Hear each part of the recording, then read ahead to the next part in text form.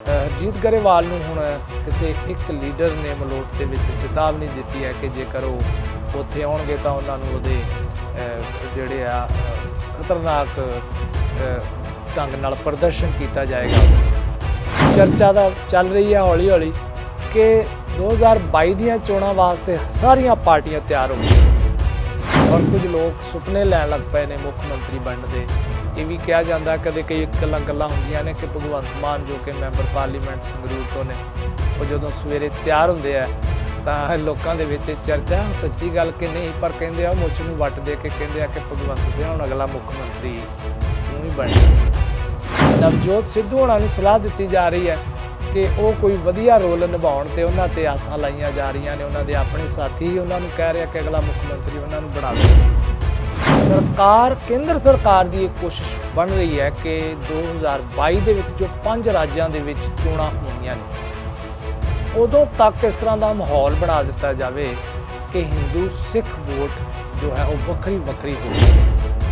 ਇਸ ਕਿਸਮ ਦੀਆਂ ਤਿਆਰੀਆਂ ਇਹਨਾਂ ਗੱਲਾਂ ਤੋਂ ਲੱਗਦੀਆਂ ਨੇ ਜਿਸ ਹਿਸਾਬ ਨਾਲ ਦੋਨਾਂ ਧਿਰਾਂ ਦੇ ਵੱਲੋਂ ਬਿਆਨਬਾਜ਼ੀ ਕੀਤੀ ਜਾ ਰਹੀ ਹੈ।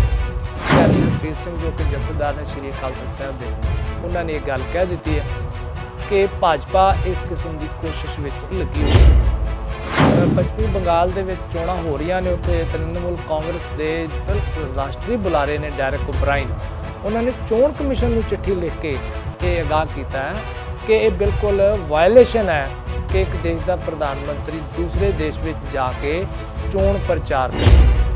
ਹਾਲਾਂਕਿ ਦੱਸਿਆ ਤੇ ਗਿਆ ਕਿ ਦੇਸ਼ ਪ੍ਰਧਾਨ ਮੰਤਰੀ ਗਏ ਨੇ ਉੱਥੇ ਸਿਰਫ ਬੰਗਲਾਦੇਸ਼ ਦੇ 50 ਸਾਲਾਂ ਦੀ ਜਸ਼ਨਾਂ ਵਿੱਚ ਸ਼ਾਮਲ ਹੋਣ ਵਾਸਤੇ, ਪਰ ਜੇਕਰ ਜਸ਼ਨ ਹੁੰਦੇ ਤਾਂ ਉੱਥੇ 14 ਲੋਕ ਪ੍ਰਧਾਨ ਮੰਤਰੀ ਜੀ ਦਾ ਵਿਰੋਧ ਕਰਦੇ ਕਿਉਂ ਮਾਰੇ ਜਾਂਦੇ। ਹਲਕੀ ਗੋਲੀ ਚੱਲੀ ਹੈ।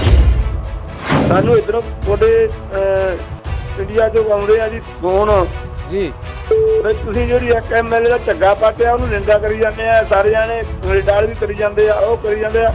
ਇਹਨਾਂ ਕੰਜਰਾਂ ਨੇ ਕਿਤੇ ਨਿੰਦਿਆ ਕੀਤੀ ਹੈ 300 ਬੰਦੇ ਦੀ ਕੀਤੀ ਹਮਾਇਤ ਵੀ ਮਾੜਾ ਹੋਇਆ ਜੀ। ਇਹਨਾਂ ਨੇ ਸਿਰ ਪਾੜ ਤੇ ਮਾੜਾ ਹੋਇਆ ਕਿਹਾ ਕਿਸੇ ਨੂੰ, ਇਹਨਾਂ ਨੇ ਜੇਲ੍ਹਾਂ 'ਚ ਬੰਦ ਕਰਦੇ ਆ ਕਿਹਾ ਕਿਸੇ ਨੂੰ ਮਾੜਾ।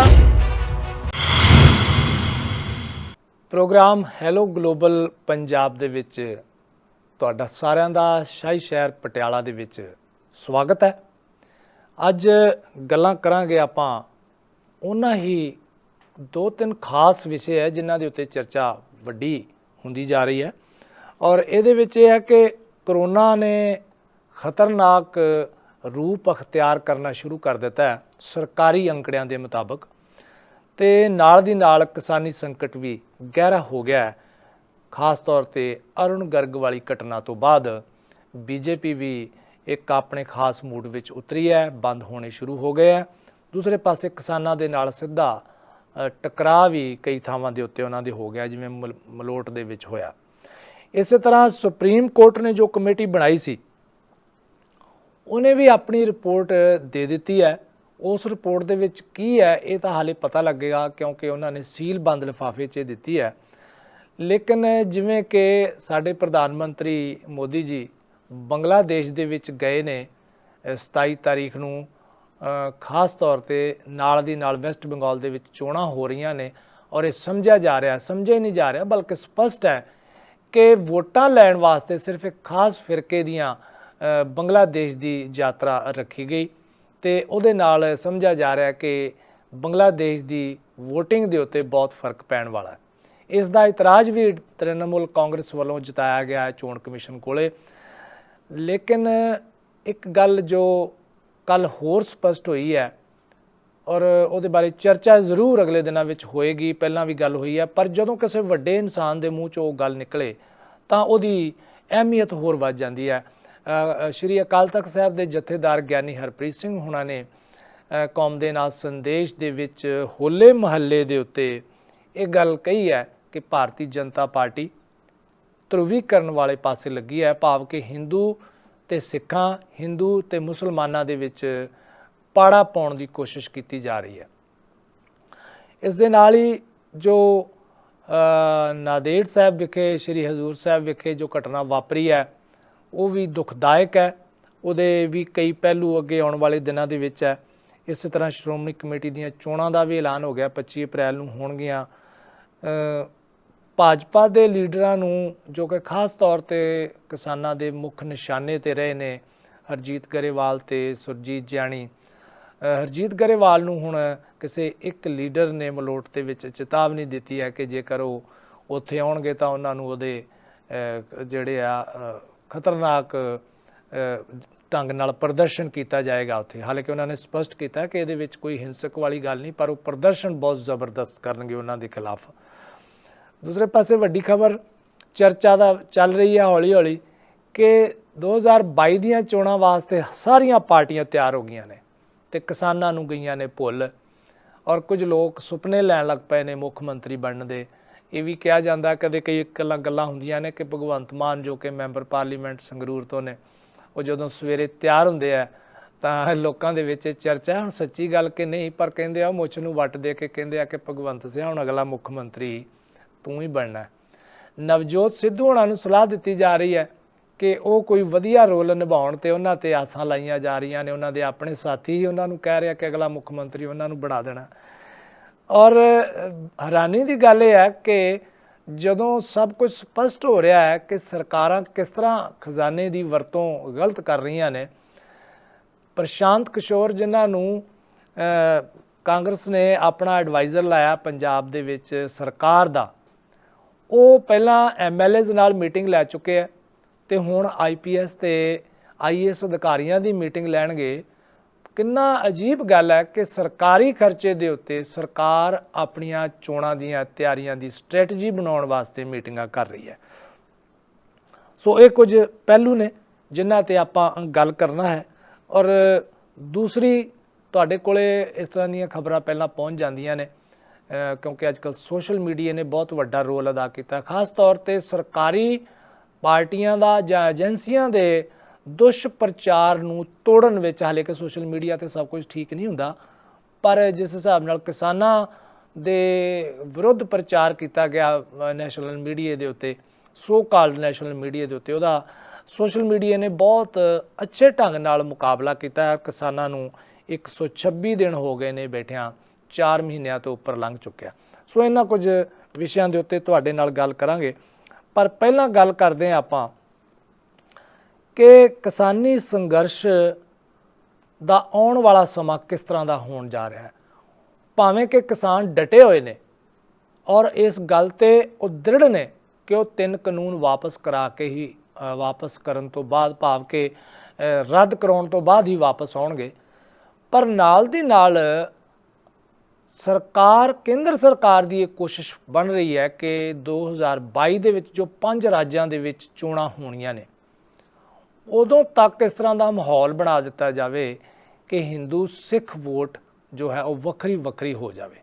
ਇਸ ਕਿਸਮ ਦੀਆਂ ਤਿਆਰੀਆਂ ਇਹਨਾਂ ਗੱਲਾਂ ਤੋਂ ਲੱਗਦੀਆਂ ਨੇ ਜਿਸ ਹਿਸਾਬ ਨਾਲ ਦੋਨਾਂ ਧਿਰਾਂ ਦੇ ਵੱਲੋਂ ਬਿਆਨਬਾਜ਼ੀ ਕੀਤੀ ਜਾ ਰਹੀ ਹੈ। ਇਹ ਸੱਚਮੁੱਚ ਅਫਸੋਸ ਦੀ ਗੱਲ ਹੈ ਔਰ ਇਸ ਦਾ ਸ਼ੱਕ ਪ੍ਰਗਟ ਹੀ ਨਹੀਂ ਕੀਤਾ, ਬਲਕਿ ਬੜੇ ਸਪਸ਼ਟ ਰੂਪ ਵਿੱਚ ਗਿਆਨੀ ਹਰਪ੍ਰੀਤ ਸਿੰਘ ਜੋ ਕਿ ਜਥੇਦਾਰ ਨੇ ਸ਼੍ਰੀ ਅਕਾਲ ਤਖਤ ਸਾਹਿਬ ਦੇ, ਉਹਨਾਂ ਨੇ ਇਹ ਗੱਲ ਕਹਿ ਦਿੱਤੀ ਹੈ ਕਿ ਭਾਜਪਾ ਇਸ ਕਿਸਮ ਦੀ ਕੋਸ਼ਿਸ਼ ਵਿੱਚ ਲੱਗੀ ਹੋਈ ਹੈ। ਏਡੇ ਵੱਡੇ ਅਹੁਦੇ ਦੇ ਉੱਤੇ ਔਰ ਇੰਨੀ ਪ੍ਰਮੁੱਖ ਸ਼ਖਸੀਅਤ ਵੱਲੋਂ ਇਸ ਤਰ੍ਹਾਂ ਦਾ ਬਿਆਨ ਦੇਣਾ ਕੋਈ ਛੋਟੀ ਜੀ ਗੱਲ ਨਹੀਂ ਹੈਗੀ, ਕਿਉਂਕਿ ਪੰਜਾਬ ਪਹਿਲਾਂ ਵੀ ਬਹੁਤ ਵੱਡੇ ਸੰਕਟ ਵਿੱਚੋਂ ਲੰਘ ਚੁੱਕਿਆ ਹੋਇਆ ਔਰ ਉਸ ਸੰਕਟ ਨੇ ਪੰਜਾਬ ਦੇ 50,000 ਨੌਜਵਾਨਾਂ ਤੋਂ ਵੱਧ ਜਾਨਾਂ ਲਈਆਂ ਨੇ, ਘਰਾਂ ਦੇ ਘਰ ਬਰਬਾਦ ਕਰ ਦਿੱਤੇ ਆ। ਉਸ ਦੇ ਵਿੱਚ ਬਹੁਤ ਸਾਰੀਆਂ ਸਰਕਾਰੀ ਏਜੰਸੀਆਂ ਨੇ ਬਹੁਤ ਰੱਜ ਕੇ ਪੈਸਾ ਕਮਾਇਆ, ਲੀਡਰਾਂ ਨੇ ਵੀ ਕਮਾਇਆ, ਘਰਾਂ ਦੇ ਘਰ ਬਰਬਾਦ ਹੋ ਗਏ। ਹਾਲੇ ਤੱਕ ਲੋਕ ਰਾਸ ਨਹੀਂ ਆਏ।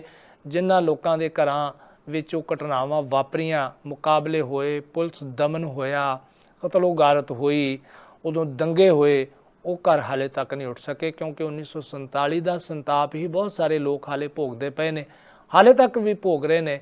ਤੇ ਉਹਨਾਂ ਨੂੰ ਫਿਰ ਉਸ ਤੋਂ ਬਾਅਦ ਜੋ ਅੱਤਵਾਦ ਦਾ ਦੌਰ ਪੰਜਾਬ ਦੇ ਵਿੱਚ ਆਇਆ ਉਹ ਹਾਲੇ ਤੱਕ ਯਾਦ ਹੈ। ਖਾਸ ਤੌਰ ਤੇ ਜੋ ਲੋਕ 1960 ਤੋਂ ਬਾਅਦ 60, 65, 70 ਦੇ ਵਿੱਚ ਪੈਦਾ ਹੋਏ ਆ, ਉਹਨਾਂ ਨੇ ਉਹ ਦੌਰ ਵੇਖਿਆ ਜੋ 1978 ਤੋਂ ਬਾਅਦ ਪੰਜਾਬ ਦੇ ਵਿੱਚ ਸ਼ੁਰੂ ਹੋਇਆ। ਜੋ ਨਵੀਂ ਨਸਲ ਵਾਲੇ ਨੇ, ਜੋ ਪੈਦਾ ਹੀ 1970, 75 ਤੋਂ ਬਾਅਦ ਹੋਏ ਨੇ, ਉਹਨਾਂ ਨੂੰ ਸ਼ਾਇਦ ਉਹ ਗੱਲਾਂ ਉਹ ਸੋਝੀਆਂ ਨਹੀਂ ਪਤਾ ਲੱਗਣਗੀਆਂ ਪੜ੍ਹ ਕੇ ਵੀ, ਜਿਨ੍ਹਾਂ ਨੇ ਹੰਢਾਇਆ। ਸਾਡੀ ਉਮਰ ਦੇ ਲੋਕਾਂ ਨੇ ਉਹ ਸਭ ਕੁਝ ਹੰਢਾਇਆ ਕਿ ਜਦੋਂ ਬੱਸਾਂ ਦੇ ਵਿੱਚ ਬੈਠਾ ਸਫ਼ਰ ਕਰਨ ਵਾਲਾ ਸਵਾਰੀ ਇੱਕ ਦੂਜੇ ਦੇ ਨਾਲ ਬੈਠੇ ਤੇ ਵੀ ਸ਼ੱਕ ਕਰਨ ਲੱਗ ਪਈ ਸੀ ਕਿ ਇਹ ਕੌਣ ਹੈ। ਸੋ ਉਸ ਗੱਲ ਨੂੰ ਯਾਦ ਕਰਦਿਆਂ ਰੌਂਗਟੇ ਖੜੇ ਹੋ ਜਾਂਦੇ ਆ। ਗਿਆਨੀ ਹਰਪ੍ਰੀਤ ਸਿੰਘ ਦਾ ਬਿਆਨ ਇਸ ਪੱਖੋਂ ਬਹੁਤ ਮਹੱਤਤਾ ਰੱਖਦਾ ਹੈ ਕਿ ਕੀ ਸਰਕਾਰਾਂ ਇਸ ਕਿਸਮ ਦੀਆਂ ਕੋਈ ਪਤਾ ਚੱਲ ਕੇ ਕੋਈ ਵੱਡਾ ਨੁਕਸਾਨ ਕਰ ਸਕਦੀਆਂ ਨੇ। ਸੁਚੇਤ ਕੀਤਾ ਹੈ ਉਹਨਾਂ ਨੇ। ਔਰ ਹਿੰਦੁਸਤਾਨ ਦੇ ਵਿੱਚ ਵੱਖ-ਵੱਖ ਕਿਸਮ ਦੇ ਧਰਮ ਨੇ, ਜ਼ਾਤਾਂ ਨੇ, ਬੋਲ ਬਾਣੀ ਹੈ, ਭਾਸ਼ਾਵਾਂ ਨੇ, ਇਲਾਕੇ ਨੇ, ਲੇਕਿਨ ਕਦੇ ਵੀ ਇਸ ਕਿਸਮ ਦੀ ਨਹੀਂ ਘਟਨਾ ਆਪਣੇ ਆਪ ਵਾਪਰੀ ਜਿੰਨਾ ਚਿਰ ਰਾਜਨੀਤਿਕ ਪਾਰਟੀਆਂ ਇਸ ਤਰ੍ਹਾਂ ਦੀਆਂ ਚਾਲਾਂ ਨਹੀਂ ਚੱਲਦੀਆਂ। ਔਰ ਹੁਣ ਤੇ ਜਿਵੇਂ ਪੱਛਮੀ ਬੰਗਾਲ ਦੇ ਵਿੱਚ ਚੋਣਾਂ ਹੋ ਰਹੀਆਂ ਨੇ, ਉੱਥੇ ਤ੍ਰਿਣਮੂਲ ਕਾਂਗਰਸ ਦੇ ਬਿਲਕੁਲ ਰਾਸ਼ਟਰੀ ਬੁਲਾਰੇ ਨੇ ਡੈਰੇਕ ਓਬਰਾਇਨ, ਉਹਨਾਂ ਨੇ ਚੋਣ ਕਮਿਸ਼ਨ ਨੂੰ ਚਿੱਠੀ ਲਿਖ ਕੇ ਇਹ ਆਗਾਹ ਕੀਤਾ ਹੈ ਕਿ ਇਹ ਬਿਲਕੁਲ ਵਾਇਲੇਸ਼ਨ ਹੈ ਕਿ ਇੱਕ ਦੇਸ਼ ਦਾ ਪ੍ਰਧਾਨ ਮੰਤਰੀ ਦੂਸਰੇ ਦੇਸ਼ ਵਿੱਚ ਜਾ ਕੇ ਚੋਣ ਪ੍ਰਚਾਰ ਕਰੇ। ਹਾਲਾਂਕਿ ਦੱਸਿਆ ਤੇ ਇਹ ਗਿਆ ਕਿ ਦੇਸ਼ ਪ੍ਰਧਾਨ ਮੰਤਰੀ ਗਏ ਨੇ ਉੱਥੇ ਸਿਰਫ ਬੰਗਲਾਦੇਸ਼ ਦੇ 50 ਸਾਲਾਂ ਦੀ ਜਸ਼ਨਾਂ ਵਿੱਚ ਸ਼ਾਮਲ ਹੋਣ ਵਾਸਤੇ, ਪਰ ਜੇਕਰ ਜਸ਼ਨ ਹੁੰਦੇ ਤਾਂ ਉੱਥੇ 14 ਲੋਕ ਪ੍ਰਧਾਨ ਮੰਤਰੀ ਜੀ ਦਾ ਵਿਰੋਧ ਕਰਦੇ ਕਿਉਂ ਮਾਰੇ ਜਾਂਦੇ। ਹਾਲੇ ਗੋਲੀ ਚੱਲੀ ਹੈ ਉੱਥੇ। ਸੋ ਇਹ ਗੱਲਾਂ ਨੂੰ ਜੋੜ ਕੇ ਵੇਖਣ ਦੀ ਲੋੜ ਹੈ। ਵੱਖਰਾ ਵੱਖਰਾ ਨਹੀਂ ਵੇਖਿਆ ਜਾ ਸਕਦਾ ਕਿ ਜੋ ਕੁਝ ਵੈਸਟ ਬੰਗਾਲ ਦੇ ਵਿੱਚ ਹੋ ਰਿਹਾ ਜਾਂ ਅਸਾਮ ਦੇ ਵਿੱਚ ਹੋ ਰਿਹਾ। ਅਸਾਮ ਦੇ ਵਿੱਚ ਵੀ ਭਾਰਤੀ ਜਨਤਾ ਪਾਰਟੀ ਨੇ 5 ਮੁਸਲਮਾਨ ਉਮੀਦਵਾਰਾਂ ਨੂੰ ਉੱਥੇ ਉਤਾਰਿਆ ਹੈ, ਕਿਉਂਕਿ ਪਾਰਟੀਆਂ ਸਾਰੀਆਂ, ਇਕੱਲੀ ਭਾਜਪਾ ਹੀ ਨਹੀਂ, ਸਾਰੀਆਂ ਪਾਰਟੀਆਂ ਉਹਦੇ ਵਿੱਚ, ਕਾਂਗਰਸ ਇਹਦੇ ਵਿੱਚ, ਆਮ ਆਦਮੀ ਪਾਰਟੀ ਜਾਂ ਦੂਸਰੀਆਂ ਪਾਰਟੀਆਂ ਨੇ, ਪੰਜਾਬ ਦੇ ਵਿੱਚ ਆਪਾਂ ਗੱਲ ਕਰ ਲਈਏ ਅਕਾਲੀ ਪਾਰਟੀ, ਜਦੋਂ ਇਲੈਕਸ਼ਨਾਂ ਆਉਂਦੀਆਂ ਨੇ ਤਾਂ ਧਰਮ ਦੇ ਪੱਤੇ ਨੂੰ ਸਾਹਮਣੇ ਰੱਖਿਆ ਜਾਂਦਾ ਹੈ। ਬਿਨਾਂ ਧਰਮ ਦੇ ਪੱਤੇ ਤੋਂ ਚੋਣਾਂ ਹੀ ਨਹੀਂ ਲੜੀਆਂ ਜਾ ਰਹੀਆਂ। ਕਿ ਹਾਲਾਂਕਿ ਹੋਣਾ ਉਲਟ ਚਾਹੀਦਾ ਕਿ ਜੋ ਧਰਮ ਕਹਿੰਦਾ ਹੈ ਉਹਦੇ ਮੁਤਾਬਕ ਸਾਨੂੰ ਆਪਣੇ ਜੀਵਨ ਜਾਂਚ ਬਣਾਉਣੀ ਚਾਹੀਦੀ ਹੈ, ਨਾ ਕਿ ਧਰਮ ਨੂੰ ਰਾਜਨੀਤੀ ਲਈ ਸਾਨੂੰ ਵਰਤਣਾ ਚਾਹੀਦਾ। ਕਰ ਸਕਦੇ ਹਾਂ, ਦੇਖਦੇ ਹਾਂ ਸਾਡੇ ਨਾਲ ਕੌਣ ਨੇ ਇਸ ਵਕਤ ਲਾਈਨ ਦੇ ਉੱਤੇ। ਹੈਲੋ ਵਾਹਿਗੁਰੂ ਜੀ। ਹਾਂਜੀ ਖਾਲਸਾ ਜੀ, ਸੇਖੋ ਸਾਹਿਬ ਜੀ ਆਇਆਂ ਨੂੰ। ਵਿਧਾਇਕ ਸਾਹਿਬ ਆਪ ਜੀ ਨੂੰ ਤੇ ਆਪ ਜੀ ਦੇ ਸਰੋਤਿਆਂ ਨੂੰ ਪ੍ਰੇਮ ਭਰੀ ਸਤਿ ਸ੍ਰੀ ਅਕਾਲ ਜੀ। ਸਤਿ ਸ੍ਰੀ ਅਕਾਲ ਜੀ। ਜੈ ਜਵਾਨ ਜੈ ਕਿਸਾਨ ਜੀ, ਕਿਸਾਨ ਮਜ਼ਦੂਰ ਏਕਤਾ ਜਿੰਦਾਬਾਦ ਜੀ। ਗੱਲ ਕਰੀ ਤੁਸੀਂ ਸਿੰਘ ਸਾਹਿਬ ਦੀ, ਭਾਈ ਸਾਹਿਬ ਭਾਈ ਹਰਪ੍ਰੀਤ ਸਿੰਘ ਜੀ, ਖਾਲਸਾ ਦੇ ਜਥੇਦਾਰ ਸਾਹਿਬ ਜੀ ਵਧੀਆ ਗੱਲ ਕਰ ਰਹੇ ਆ ਜੀ। ਜੇ ਕਰਦੇ ਰਹਿਣਗੇ ਤਾਂ ਜੀ ਵਧੀਆ ਕਰ ਰਹੇ ਆ ਜੀ, ਧੰਨਵਾਦ ਇਹਨਾਂ ਦਾ ਜੀ। ਹਾਂਜੀ, ਬਾਕੀ ਬੇਨਤੀ ਹੈ ਜੀ, ਤੁਸੀਂ ਸਾਨੂੰ ਇੱਧਰੋਂ ਤੁਹਾਡੇ ਇੰਡੀਆ ਚੋਂ ਆਉਂਦੇ ਆ ਜੀ ਫੋਨ ਜੀ, ਤੁਸੀਂ ਜਿਹੜੀ ਇੱਕ MLA ਦਾ ਝੱਗਾ ਪਾਟਿਆ ਉਹਨੂੰ ਨਿੰਦਾ ਕਰੀ ਜਾਂਦੇ ਆ, ਸਾਰੇ ਜਾਣੇ ਡਾਲ ਵੀ ਕਰੀ ਜਾਂਦੇ ਆ, ਉਹ ਕਰੀ ਜਾਂਦੇ ਆ। ਇਹਨਾਂ ਕੰਜਰਾਂ ਨੇ ਕਿਤੇ ਨਿੰਦਿਆ ਕੀਤੀ ਹੈ 300 ਬੰਦੇ ਦੀ ਜੀ ਕੀਤੀ, ਹਮਾਇਤ ਵੀ ਮਾੜਾ ਹੋਇਆ ਜੀ। ਇਹਨਾਂ ਨੇ ਸਿਰ ਪਾੜ ਤੇ ਮਾੜਾ ਹੋਇਆ ਕਿਹਾ ਕਿਸੇ ਨੂੰ, ਇਹਨਾਂ ਨੇ ਜੇਲ੍ਹਾਂ 'ਚ ਬੰਦ ਕਰਦੇ ਆ ਕਿਹਾ ਕਿਸੇ ਨੂੰ ਮਾੜਾ। ਸਾਨੂੰ ਮਤਲਬ ਐਵੇਂ ਅਸੀਂ ਆਪਦੇ ਮੂੰਹ ਕਹੀ ਜਾਂਦੇ ਜੀ ਮਾੜਾ ਹੋਇਆ ਨਾ ਅਸੀਂ ਕੀਤਾ ਨਾ ਮਾੜਾ ਹੋਇਆ, ਅਸੀਂ ਕੀਤਾ ਵੀ ਨਹੀਂ ਗਏ ਸਾਡੇ ਬੰਦਿਆਂ ਨੇ ਕਿਸੇ ਨੇ ਜੀ। ਤੇ ਬਾਕੀ ਗੱਲ ਆ ਵੀ ਜਿਹੜੀ ਸ਼੍ਰੋਮਣੀ ਕਮੇਟੀ ਅੰਮ੍ਰਿਤਸਰ ਦੀਆਂ ਵੋਟਾਂ ਉਹਦੇ ਬਾਰੇ ਪਤਾ ਲੱਗਾ ਵੀ 25 ਤਰੀਕ ਨੂੰ ਹੋ ਰਹੀਆਂ ਕਿ ਇਹ ਦਿੱਲੀ ਆਈ ਦੀ ਗੱਲ ਹੈ? ਉਹ ਦਿੱਲੀ ਵਾਲੀਆਂ ਹੋ ਰਹੀਆਂ ਨੇ ਜੀ, ਦਿੱਲੀ ਵਾਲੀਆਂ। ਧੰਨਵਾਦ ਜੀ, ਧੰਨਵਾਦ, ਸ਼ੁਕਰੀਆ ਜੀ। ਦਿੱਲੀ ਦੀਆਂ ਚੋਣਾਂ ਹੋ ਰਹੀਆਂ ਨੇ 25 ਅਪ੍ਰੈਲ ਨੂੰ। ਅੱਜ ਤੋਂ 31 ਮਾਰਚ ਤੋਂ ਨਾਮਜ਼ਦਗੀਆਂ ਸ਼ੁਰੂ ਹੋ ਜਾਣਗੀਆਂ। 28 ਅਪ੍ਰੈਲ ਨੂੰ ਉੱਥੇ ਵੋਟਾਂ ਦੀ ਗਿਣਤੀ ਜਿਹੜੀ ਹੋਏਗੀ। ਤੁਸੀਂ ਗੱਲ ਕੀਤੀ ਹੈ ਗਿਆਨੀ ਹਰਪ੍ਰੀਤ ਹੋਣਾ ਦੀ, ਜੋ ਕਿ ਜਥੇਦਾਰ ਨੇ ਸ਼੍ਰੀ ਅਕਾਲ ਤਖਤ ਸਾਹਿਬ ਦੇ। ਉਹਨਾਂ ਨੇ ਜੋ ਨੁਕਤਾ ਉਠਾਇਆ ਉਹ ਸੱਚਮੁੱਚ ਇਸ ਵਕਤ ਨੁਕਤਾ ਬੜਾ ਵੱਡਾ ਵਿਚਾਰਨ ਵਾਲਾ ਹੈ ਕਿ ਆਉਣ ਵਾਲੇ ਦਿਨਾਂ ਦੇ ਵਿੱਚ ਲੋਕਾਂ ਨੂੰ ਸੁਚੇਤ ਹੋਣ ਦੀ ਲੋੜ ਹੈ। ਸਾਡੇ ਨਾਲ ਹੋਰ ਨੇ ਜੀ ਦਰਸ਼ਕ, ਗੱਲ ਕਰਦੇ ਹਾਂ। ਹੈਲੋ ਹਾਂਜੀ, ਸੰਮੇਵਾਲੀ ਜੀ ਸੰਮੇਵਾਲੀ ਸਾਹਿਬ ਜੀ ਆਇਆਂ ਨੂੰ। ਹਾਂਜੀ ਸਰ, ਬੇਨਤੀ ਹੈਗੀ ਹੈ ਵੀ ਕਦੀ ਵੀ ਬਾਦਲ ਅਕਾਲੀ ਦਲ ਜਾਂ ਕੈਪਟਨ ਸਾਹਿਬ ਇਹ ਨਹੀਂ ਚਾਹੁੰਗੇ ਕਿਸਾਨ ਉੱਥੋਂ ਜਿੱਤ ਕੇ ਆ ਜਾਣ। ਰਹੀ ਗੱਲ ਜਥੇਦਾਰ ਦੀ ਸਰ, ਇਹ ਤਾਂ ਜੋ ਜਿਵੇਂ ਬੁਲਾਵੇਂ ਬੋਲਾਂ ਸੁਆਮੀ ਜੈ ਭੇਜੇ ਤੇ ਜਾਵਾਂ, ਜਿਵੇਂ ਬਾਦਲ ਆਖਣਗੇ ਉਵੇਂ ਹੀ ਬੋਲੇਗਾ। ਹੁਣ ਇਹ ਪਤੀ ਪਤਨੀ ਵਾਲਾ ਸਾਥ ਮਤਲਬ ਹਟ ਗਿਆ ਤੇ ਹੁਣ ਇਹ ਜੇ ਬਿਆਨ ਦੇਣ ਲੱਗ ਪਿਆ ਜੀ। ਇਹਨੂੰ ਪਹਿਲਾਂ ਸਿੱਖ ਨਹੀਂ ਸੀ ਦਿਸਦੇ, ਇਹਨੂੰ 328 ਸਰੂਪ ਨਹੀਂ ਦਿਸਦੇ। ਇਹਨੂੰ ਸੰਮੇਵਾਲੀ ਸਾਹਿਬ ਇੱਕੇ ਪਾਰਟੀ ਦਾ ਬੰਦਾ ਹੈ ਜੀ। ਬਿਲਕੁਲ ਸਮੇਵਾਲੀ ਜੀ, ਮੈਂ ਤੁਹਾਡੇ ਗੱਲ ਨਾਲ ਠੀਕ ਆ ਜੋ ਤੁਸੀਂ ਗੱਲ ਕਹਿ ਰਹੇ ਹੋ, ਪਰ ਮੈਂ ਸ਼ਾਇਦ ਸਾਡੇ ਦਰਸ਼ਕ ਵੀ ਇਸ ਗੱਲ ਤੇ ਇਤਰਾਜ਼ ਕਰਨਗੇ ਕਿ ਸ਼੍ਰੀ ਅਕਾਲ ਤਖਤ ਦੇ ਜਥੇਦਾਰ ਸਾਹਿਬ ਸਿੱਖ ਕੌਮ ਦੇ ਇੱਕ ਬਹੁਤ ਹੀ ਵੱਡੀ ਸ਼ਖਸੀਅਤ ਨੇ, ਉਹਨਾਂ ਨੂੰ ਇਸ ਢੰਗ ਨਾਲ ਸੰਬੋਧਨ ਕਰਨਾ ਬਿਲਕੁਲ ਗਲਤ ਹੈ। ਤੁਸੀਂ ਇਸ ਗੱਲ ਦਾ ਖਿਆਲ ਰੱਖੋ ਕਿ ਉਹਨਾਂ ਨੂੰ ਅਸੀਂ ਸੰਬੋਧਨ ਸਤਿਕਾਰਤ ਸ਼ਬਦਾਂ ਨਾਲ ਕਰਨਾ ਬਣਦਾ ਹੈ, ਕਿਉਂਕਿ ਉਹਨਾਂ ਨੂੰ ਉਹ ਲਾਇਆ ਭਾਵੇਂ ਜਿਸ ਤਰ੍ਹਾਂ ਦੇ ਮਰਜ਼ੀ ਤੁਸੀਂ ਦੋਸ਼ ਲਾਉਂਦੇ ਹੋ, ਲੋਕ ਲਾਉਂਦੇ ਨੇ ਉਹਨਾਂ ਦੇ ਉੱਤੇ, ਪਰ ਉਹ ਇਸ ਵਕਤ ਸ਼੍ਰੀ ਅਕਾਲ ਤਖਤ ਸਾਹਿਬ ਦੇ ਜਥੇਦਾਰ ਸਾਹਿਬ ਨੇ। ਪੂਰੀ ਕੌਮ ਉਹਨਾਂ ਦਾ ਸਤਿਕਾਰ ਕਰਦੀ ਹੈ। ਉਹ ਸਿੱਖ ਕੌਮ ਨੂੰ ਜਦੋਂ ਵੀ ਸੰਦੇਸ਼ ਦਿੰਦੇ ਆ ਜਾਂ ਕੋਈ ਹੁਕਮਨਾਮ ਦਿੰਦਾ ਤੇ ਉਹਨਾਂ ਦੇ ਉੱਤੇ ਜੋ ਹੈ ਸਾਰੇ ਫੁੱਲ ਚੜਾਉਂਦੇ ਨੇ। ਉਹਨਾਂ ਦੇ ਪ੍ਰਤੀ ਕਿਸੇ ਕਿਸਮ ਦੀ ਵੀ ਕੋਈ ਵੀ ਇਸ ਤਰ੍ਹਾਂ ਦਾ ਸ਼ਬਦ ਕੋਈ ਵੀ ਬਰਦਾਸ਼ਤ ਨਹੀਂ ਕਰੇਗਾ। ਸਮੇਵਾਲ ਸਾਹਿਬ, ਤੁਹਾਨੂੰ ਬੇਨਤੀ ਹੈ ਸਾਡੀ ਕਿ ਉਹਨਾਂ ਨੂੰ ਸਤਿਕਾਰਤ ਸ਼ਬਦਾਂ ਨਾਲ ਹੀ ਸਵੀਕਾਰ ਕਰਨਾ ਚਾਹੀਦਾ। ਸਾਡੇ ਨਾਲ ਅਗਲੇ ਦਰਸ਼ਕ ਨੇ ਜੀ ਸਾਡੇ ਨਾਲ। ਹੈਲੋ ਹੈਲੋ ਹਾਂਜੀ ਹਾਂਜੀ ਮੈਡਮ, ਕੌਣ ਬੋਲਦੇ ਹੋ? ਹੈਲੋ, ਮੈਂ ਕੈਲਗਰੀ ਤੋਂ ਬੋਲਦੀ ਹਾਂ, ਸਰਨ ਕੁਲਾਰ। ਹਾਂਜੀ, ਕੀ ਕਹੋਗੇ? ਹਾਂਜੀ, ਮੈਂ ਉਹ ਕਹਿ ਰਹੀ ਸੀ ਜਿਹੜਾ ਫਤਿਹਗੜ੍ਹ ਸਾਹਿਬ ਇਹਨਾਂ ਨੇ ਬੁੱਕ ਰਿਲੀਜ਼ ਕੀਤੀ ਆ, ਉਹਦੀ ਇਨਫੋਰਮੇਸ਼ਨ ਹੈ ਤੁਹਾਡੇ ਕੋਲ ਕੋਈ? ਕਿਹੜੀ ਕਿਤਾਬ ਜੀ? ਉਹਨਾਂ ਨੇ ਕੀਤੀ ਹੈਗੀ, ਐਡਵੋਕੇਟ ਨੇ, ਕੋਈ ਹਾਈ ਕੋਰਟ ਦੇ, ਕਿ ਕਾਲੇ ਕਾਨੂੰਨ ਕੀ ਨੇ ਜੀ। ਸਾਡੇ ਕੋਲ ਇਸ ਕਿਸਮ ਦੀ ਤਾਂ ਹਾਲੇ ਪੂਰੀ ਜਾਣਕਾਰੀ ਨਹੀਂ, ਅਸੀਂ ਤੁਹਾਨੂੰ ਅਗਲੇ ਪ੍ਰੋਗਰਾਮਾਂ ਦੇ ਵਿੱਚ ਜ਼ਰੂਰ ਜਾਣਕਾਰੀ ਦੇਵਾਂਗੇ ਕਾਲੇ ਕਾਨੂੰਨ ਕੀ ਨੇ, ਜਿਹੜੇ ਕਾਨੂੰਨਾਂ ਬਾਰੇ। ਸੋਸ਼ਲ ਮੀਡੀਆ ਤੇ ਸੀਗੀ ਕਿ ਉਹਨਾਂ ਨੇ ਇੱਕ ਬੁੱਕ ਰਿਲੀਜ਼ ਕੀਤੀ ਆ ਜੀ, ਜਿਹਦੇ ਵਿੱਚ ਉਹਨਾਂ ਨੇ ਦੱਸਿਆ ਵੀ ਕਾਲੇ ਕਾਨੂੰਨ ਕੀ ਆ। ਜੀ ਜੀ, ਤੁਹਾਡੇ ਤੱਕ ਇਹ ਜਾਣਕਾਰੀ ਅਸੀਂ ਜ਼ਰੂਰ ਪਹੁੰਚਦੀ ਕਰਦੇ ਹਾਂ ਜੀ। ਸ਼ੁਕਰੀਆ ਮੈਡਮ। ਸਾਡੇ ਨਾਲ ਹੋਰ ਦਰਸ਼ਕ ਜੁੜੇ ਹੋਏ ਨੇ ਜੀ। ਹੈਲੋ ਹੈਲੋ, ਸਤਿ ਸ਼੍ਰੀ ਅਕਾਲ ਬਰਾੜ ਸਾਹਿਬ। ਸਤਿ ਸ਼੍ਰੀ ਅਕਾਲ ਜੀ, ਕੌਣ? ਅਜੀਤ ਗਿੱਲ ਜੀਤਾ ਗੱਲ ਸੈਕੰਡ ਟਾਈਮ ਤੁਹਾਨੂੰ ਕਾਲ ਕੀਤੀ ਆ ਜੀ। ਗਿੱਲ ਸਾਹਿਬ ਯਾ ਮੈਂ ਅੱਗੇ ਵੀ ਰਿਕੁਐਸਟ ਕੀਤੀ ਸੀ, ਅੱਗੇ ਵੀ ਰਿਕੁਐਸਟ ਕੀਤੀ ਸੀ ਕਿ ਆਪਾਂ ਯੂਨਿਟੀ ਦੇ ਨਾਲ ਰਹਿਣਾ ਜੀ। ਹਾਂ, ਇਹੀ ਹੱਥ ਜੋੜ ਕੇ ਬੇਨਤੀ ਆ, ਸਭ ਹੱਥ ਜੋੜ ਕੇ ਬੇਨਤੀ ਆ। ਬਾਕੀ ਜਿਹੜੇ ਮੈਂ ਪਿਕਚਰ ਆ ਸਾਹਮਣੇ ਮੇਰੇ ਆਉਂਦੇ ਆ ਬਰਾੜ ਸਾਹਿਬ, ਮੈਂ ਕਦੀ ਕਿਤੇ ਨੂੰ ਨਹੀਂ ਤੁਹਾਨੂੰ ਮੇਰਾ ਖਿਆਲ ਹੈ ਮੈਂ ਸੈਕੰਡ ਟਾਈਮ ਫੋਨ ਕੀਤਾ ਹੋਊਗਾ। ਹਾਂਜੀ, ਇਹ ਦੇਖੋ ਸਾਡੀਆਂ ਬੱਚੀਆਂ ਉੱਥੇ ਬੈਠੀਆਂ, ਸਾਡੇ ਉੱਥੇ ਸਾਰਾ ਪਰਿਵਾਰ ਬੈਠਾ ਜੀ। ਸਾਡਾ ਪਰਿਵਾਰ ਬੈਠਾ, ਸਾਡਾ ਦੁੱਖ ਤੁਸੀਂ ਦੁੱਖ ਦਰਦ, ਤੁਹਾਨੂੰ ਪਤਾ ਵੀ ਦੁੱਖ ਦਰਦ ਕਿੰਨਾ ਹੁੰਦਾ ਬੱਚੀਆਂ ਦਾ ਜੀ। ਤੇ ਮੇਰੀਆਂ ਭੈਣਾਂ ਨੂੰ ਇਹ ਤੇ ਡੋਲਣਾ ਨਹੀਂ, ਦੂਜਾ ਇਹ ਆਪਾਂ ਵਿਵਾਦ ਚ ਨਹੀਂ ਪੈਣਾ ਆਪਾਂ ਜੀ। ਸ਼ੁਕਰੀਆ। ਆਪਾਂ ਇਹੀ ਰੱਖਣਾ, ਇੱਕੋ ਏਜੰਡਾ ਬਰਾੜ ਸਾਹਿਬ, ਇੱਕੋ ਏਜੰਡਾ, ਯੂਨਿਟੀ। ਇਕੱਠਿਆਂ ਹੋ ਕੇ ਤੁਸੀਂ ਕਹਿ ਰਹੇ ਹੋ ਕਿ ਕਿਸਾਨਾਂ ਨੂੰ ਇਕੱਠੇ ਹੋ ਕੇ ਲੜਨਾ ਚਾਹੀਦਾ, ਔਰ ਇਕੱਠੇ ਹੋ ਕੇ ਲੜ ਵੀ ਰਹੇ ਨੇ। ਇਸ ਦਾ ਸਬੂਤ ਹੈ ਕਿ ਅੱਜ 126 ਦਿਨ ਹੋ ਗਏ ਨੇ ਉੱਥੇ ਬੈਠਿਆਂ ਨੂੰ। ਤਾਂ ਇਹ ਏਕਤਾ ਦਾ ਹੀ ਸਬੂਤ ਹੈ ਕਿ ਹਰ ਪੱਧਰ ਦੇ ਉੱਤੇ ਉਹਨਾਂ ਨੂੰ ਸੰਗਠਨਾਂ ਨੂੰ, ਹਰ ਸੰਗਠਨ ਪੱਧਰ ਤੇ, ਚਾਹੇ ਵਿਦਿਆਰਥੀ ਨੇ, ਕਰਮਚਾਰੀ ਨੇ, ਮਜ਼ਦੂਰ ਨੇ, ਵਪਾਰੀ ਨੇ, ਦੁਕਾਨਦਾਰ ਨੇ, ਸਾਰਿਆਂ ਵੱਲੋਂ ਸਹਿਯੋਗ ਮਿਲ ਰਿਹਾ। ਔਰ ਦੂਸਰੇ ਰਾਜਾਂ ਦੀਆਂ ਜਥੇਬੰਦੀਆਂ, ਕਿਸਾਨ ਜਥੇਬੰਦੀਆਂ ਵੱਲੋਂ ਵੀ ਵੱਡੇ ਪੱਧਰ ਤੇ ਉਹਨਾਂ ਨੂੰ ਸਹਿਯੋਗ ਮਿਲ ਰਿਹਾ ਹੈ। ਕਾਲਰਸ ਜੁੜੇ ਹੋਏ ਜੀ, ਉਹਨਾਂ ਨਾਲ ਗੱਲ ਕਰਦੇ ਅਸੀਂ। ਹੈਲੋ ਹਾਂਜੀ, ਕੌਣ ਬੋਲ ਰਹੇ ਹੋ? ਹਾਂ, ਮਹਿੰਦਰ ਸਿੰਘ ਬੋਲ ਰਿਹਾ ਜੀ, ਸਰੀ ਤੋਂ। ਮੇਰੀ ਕਾਲ ਸ਼ਾਇਦ ਕੱਟੀ ਗਈ ਸੀ ਜੀ। ਮਹਿੰਦਰ ਸਿੰਘ ਜੀ, ਹਾਂਜੀ, ਆਪਣੀ ਗੱਲ ਕਰੋ।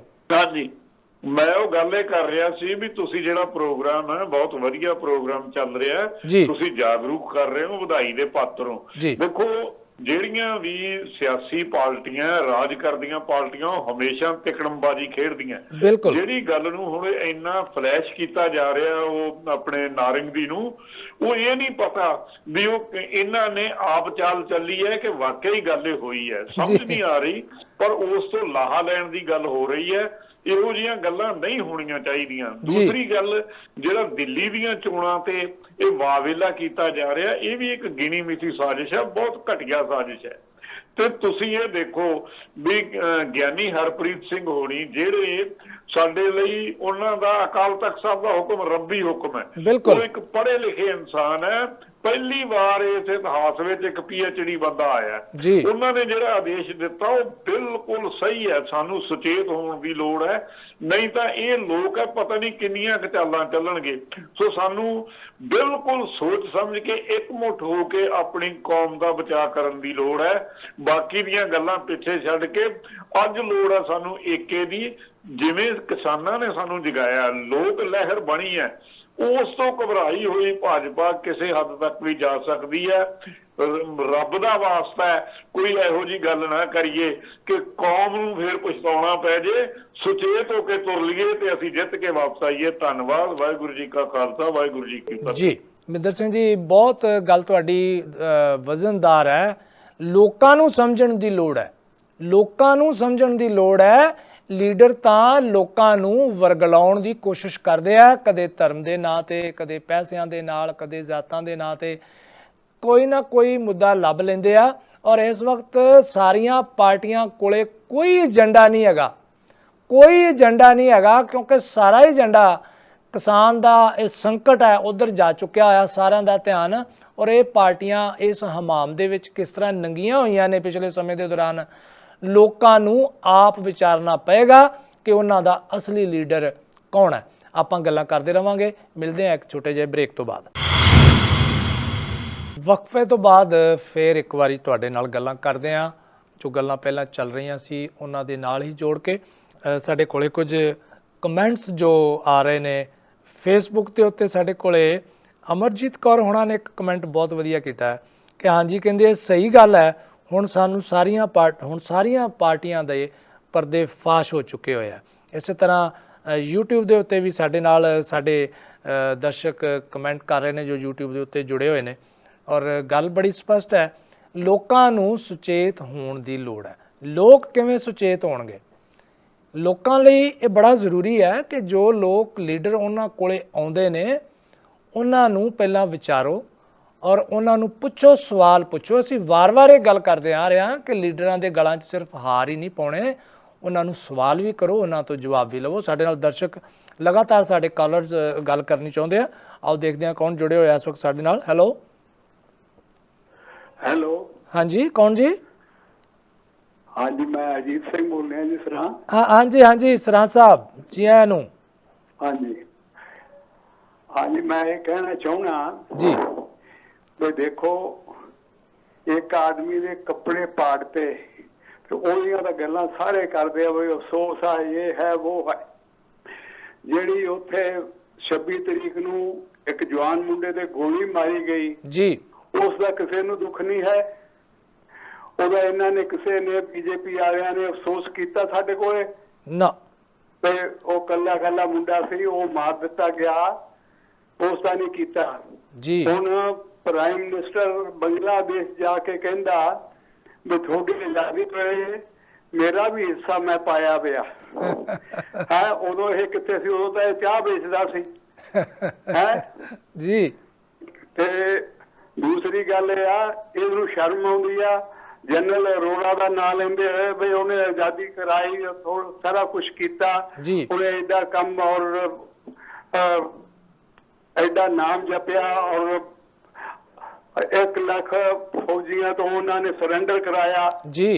ਇੰਨੀਆਂ ਗੱਲਾਂ ਇਹ ਕਹਿ ਨਹੀਂ ਸਕਦਾ, ਇਹਨੂੰ ਸ਼ਰਮ ਆਉਂਦੀ ਆ ਸਿੱਖਾਂ ਦਾ ਨਾਂ ਲੈਂਦੇ ਨੂੰ। ਵਾਹ, ਬਹੁਤ ਵਧੀਆ ਗੱਲ ਹੈ। ਇਹਨਾਂ ਨੂੰ ਸੋਚਣਾ ਚਾਹੀਦਾ ਜੀ ਕਿ ਬਈ ਤੂੰ ਇਹ ਕਿੱਥੇ ਸੀਗਾ ਉਦੋਂ? ਮੇਰਾ ਵੀ ਕਹਿੰਦਾ ਆਜ਼ਾਦੀ ਹਿੱਸਾ, ਮੈਂ ਵੀ ਉਦੋਂ ਐ ਕੀਤਾ ਜਾਂ ਕੀਤਾ। ਇਹਨੇ ਕਿੱਥੇ ਕੀਤਾ? ਇਹਦਾ ਉਦੋਂ ਚਾਹ ਵੇਚਦਾ ਸੀ ਜੀ। ਹਾਂਜੀ, ਦੇਖੋ ਸਿੱਖਾਂ ਦੇ ਨਾਲ ਇਸ ਤਰ੍ਹਾਂ ਦੀ ਬਦਸਲੂਕੀ ਕਰਕੇ ਨਾ ਇਹਨਾਂ ਦਾ ਕੁਝ ਨਹੀਂ ਬਣਨਾ ਜੀ। ਜਿੰਨਾ ਮਰਜ਼ੀ ਜ਼ੋਰ ਲਾ ਲੈਣ, ਸਿੱਖ ਕੌਮ ਹੈ, ਉਹ ਗੁਰੂ ਸਾਹਿਬ ਨੇ ਸਾਪੀ ਵੀ ਆ, ਬਣਾਈ ਵੀ ਆ, ਉਹ ਹਟਣ ਵਾਲੀ ਨਹੀਂ ਜੀ, ਮਰਨ ਵਾਲੀ ਨਹੀਂ ਹੈ।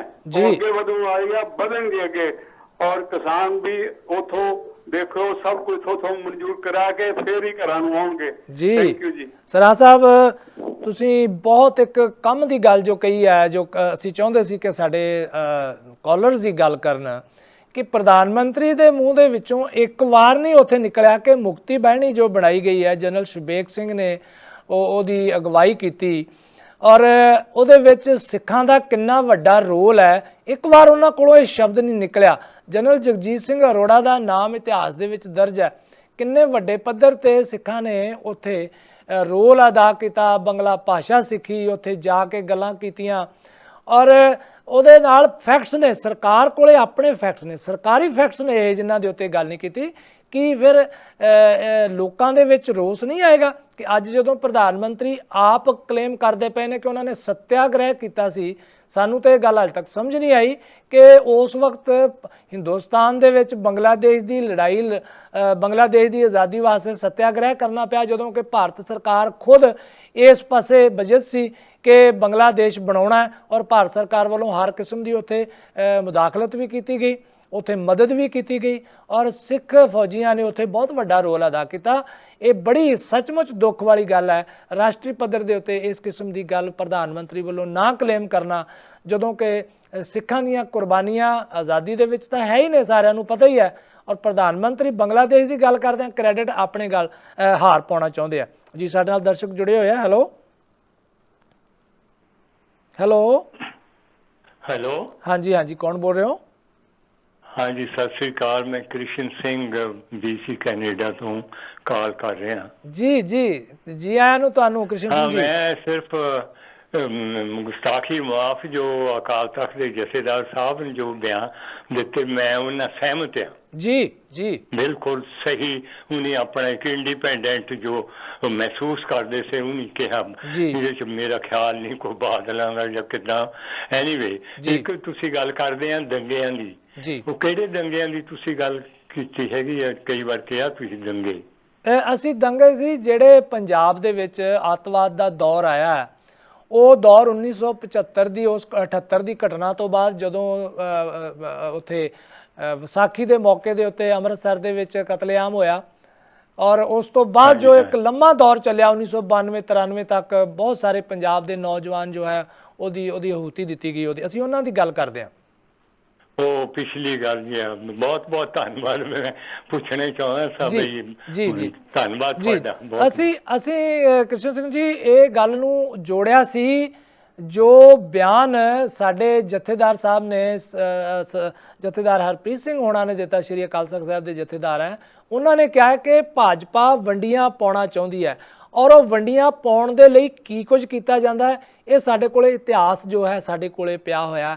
47 ਦੀ ਵੰਡ ਵੀ ਦੋ ਧਰਮਾਂ ਨੂੰ ਲੜਾ ਕੇ ਕੀਤੀ ਗਈ ਔਰ ਉਸ ਤੋਂ ਬਾਅਦ ਜੋ ਦੰਗੇ ਹੋਏ ਪੰਜਾਬ ਦੇ ਵਿੱਚ ਉਹ ਵੀ ਹਿੰਦੂ ਤੇ ਮੁਸਲਮਾਨ, ਹਿੰਦੂ ਤੇ ਸਿੱਖਾਂ ਨੂੰ ਆਪਸ ਵਿੱਚ ਵੰਡਣ ਦੀ ਕੋਸ਼ਿਸ਼ ਕੀਤੀ ਗਈ। ਅਸੀਂ ਉਹਦੇ ਸੰਬੰਧ ਵਿੱਚ ਗੱਲ ਕੀਤੀ ਸੀ, ਸਾਰਾ ਕੁਝ ਦਸਤਾਵੇਜ਼ ਜੋ ਅਵੇਲੇਬਲ ਨੇ ਸਾਡੇ ਕੋਲੇ, ਅਸੀਂ ਉਹ ਜ਼ਿਕਰ ਕਰ ਰਹੇ ਸੀ। ਸਾਡੇ ਨਾਲ ਹੋਰ ਦਰਸ਼ਕ ਨੇ ਜੀ, ਆਓ ਗੱਲ ਕਰਦੇ ਹਾਂ। ਹੈਲੋ ਹੈਲੋ,